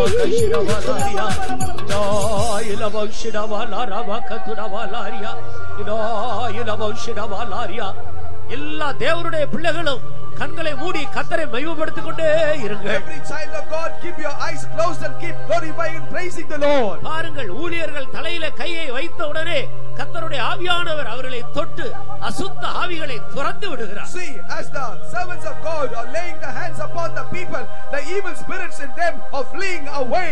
எத்தனை பேருடைய வியாதி சுகமாகிக் கொண்டிருக்கிறது? You know, the sicknesses of many people are healed now. ஒவ்வொரு வியாதிக்கு பின்னால ஒரு பொல்லாத ஆவி இருக்கிறது. Behind every sickness is a evil power. கர்த்தருடைய ஆவியானவர் அவர்கள் மேல் இறங்கும்போது பொல்லாத ஆவி வெளியேறுகிறது. When the Holy Spirit of God come into them, the evil spirit depart from them. தேவனுடைய ஊழியர்கள் தலையில கையை வைத்த உடனே தேவ ஆவியானவர் அவர்களை சந்திக்கிறார். As the servants of God lay the hands upon them, the Spirit of God visit them. அசுத்த ஆவிகள் வெளியேறுகிறது. The evil spirit departs. அதோடு கூட வியாதியும் ஓடி போகிறது. Together with the sicknesses also flee. பில்லிசூனிய கட்டுகள் தகர்க்கப்படுகிறது. The bindings of the witchcrafts are broken. மந்திர கட்டுகள் அழிக்கப்படுகிறது. The bindings of the divinations are broken. கர்த்தர் விடுதலை கொடுத்து கொண்டே இருக்கிறார். The Lord is giving them the deliverance. ஒவ்வொரு பாவத்துக்கு பின்னால ஒரு பொல்லாத ஆவி இருக்கிறது. Behind every sin is an evil spirit. கர்த்தருடைய ஆவியானவர் தொடும்போது when the Spirit of God touch them, எந்த பாவத்தை பாவத்தை பொல்லாத ஆவி கொண்டு வந்ததோ அந்த ஆவி அந்த பாவத்தை தூக்கி கொண்டு ஓடி போகிறது. Whatever is the evil spirit that brought a particular sin, it carries that sin and flee away. தேவன் அவருடைய இதயத்துக்குள்ளே ஒரு புதிய வேலையை செய்து கொண்டிருக்கிறார். God has started a new work in their hearts. பரிசுத்தமாக்கப்படுதலின் வேலை ஒவ்வொருவருக்குள்ளே நடந்து கொண்டிருக்கிறது. The work of sanctification is being done in every single individual. கர்த்தருடைய ஆவியானவர் உயிர்ப்பித்துக் கொண்டிருக்கிறார். The Spirit of God is reviving. தைரியமாக இயேசுவிடத்தில் வாருங்கள். Therefore come boldly to Jesus. நீங்கள் இருக்கிற இடத்துல இருந்து கொண்டு இயேசுவுக்கு உங்களுடைய வாழ்க்கையை சமர்ப்பியுங்கள். From being in the place you are, surrender your life to Jesus. இயேசு சொன்னார், என்னிடத்தில் வருகிற ஒருவரை நான் புறம்பே தள்ளுகிறதில்லை. Jesus said, I will cast by no means he that cometh unto me. இயேசுவுக்கு பாஷை வித்தியாசம் கிடையாது. Jesus sees no language difference. ஜாதி வித்தியாசம் கிடையாது. He sees no caste difference. மத வித்தியாசம் கிடையாது. He sees no religious difference. அவர் எல்லாரையும் ஒன்று போல நேசிக்கிறார். Unto him all are one. என்னிடத்தில் வாருங்கள் என்று உன்னை அழைத்துக் கொண்டே இருக்கிறார். Jesus calls, come nigh unto me. வந்திடுவார் இயேசு வந்தே வருதே அழைக்கிறாரே. வந்திடுவார் இயேசு வந்தே வருதே அழைக்கிறாரே. வாஞ்சைகள் தீர்ப்பவரே, உன்வாதை நீக்குவாரே. வாஞ்சைகள் தீர்ப்பவரே, உன்வாதை நீக்குவாரே. வந்திடுவார் இயேசுவனே வருதே அழைக்கிறாரே. வந்திடுவார் இயேசுவனே வருதே அழைக்கிறாரே. வாஞ்சைகள் தீர்ப்பவரே, உன்வாதை நீக்குவாரே. வாதி தீர்ப்பவரே, உன்வாதை நீக்குவாரே. வந்திடுவார் இயேசுவனே வருதே அழைக்கிறாரே. வந்திடுவார் இயேசுவனே வருதே அழைக்கிறாரே. வாந்திகள் தீர்ப்பவரே, உன்வாதிகள் நீக்குவாரே. வாந்திகள் தீர்ப்பவரே, உன்வாதிகள் நீக்குவாரே. வந்திடுவார் இயேசுவனே வருதே அழைக்கிறாரே. வந்திடுவார் இயேசுவனே வருதே அழைக்கிறாரே. வாந்திகள் தீர்ப்பவரே, உன்வாதிகள் நீக்குவாரே. வாந்திகள் தீர்ப்பவரே, உன்வாதிகள் நீக்குவாரே.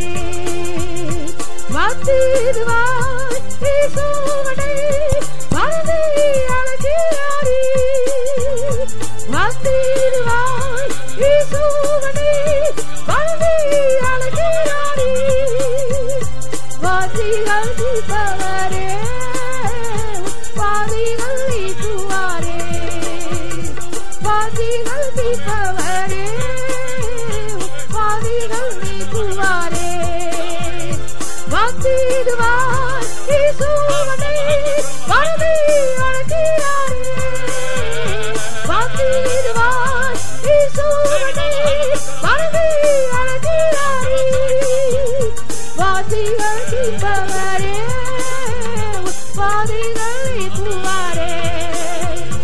வாந்திகள் தீர்ப்பவரே, வாந்திகள் நீக்குவாரே. வாந்திகள் தீர்ப்பவரே, வாந்திகள் நீக்குவாரே. வாந்திகள் தீர்ப்பவரே, வாந்திகள் நீக்குவாரே. வாந்திகள் தீர்ப்பவரே, வாந்திகள் நீக்குவாரே. வாந்திகள் தீர்ப்பவரே, வாந்திகள் நீக்குவாரே. வாந்திகள் தீர்ப்பவரே, வாந்திகள் நீக்குவாரே. வாதிகள் தீர்ப்பவரே வாதிகள் நீக்குவாரே வாதிகள் தீர்ப்பவரே வாதிகள்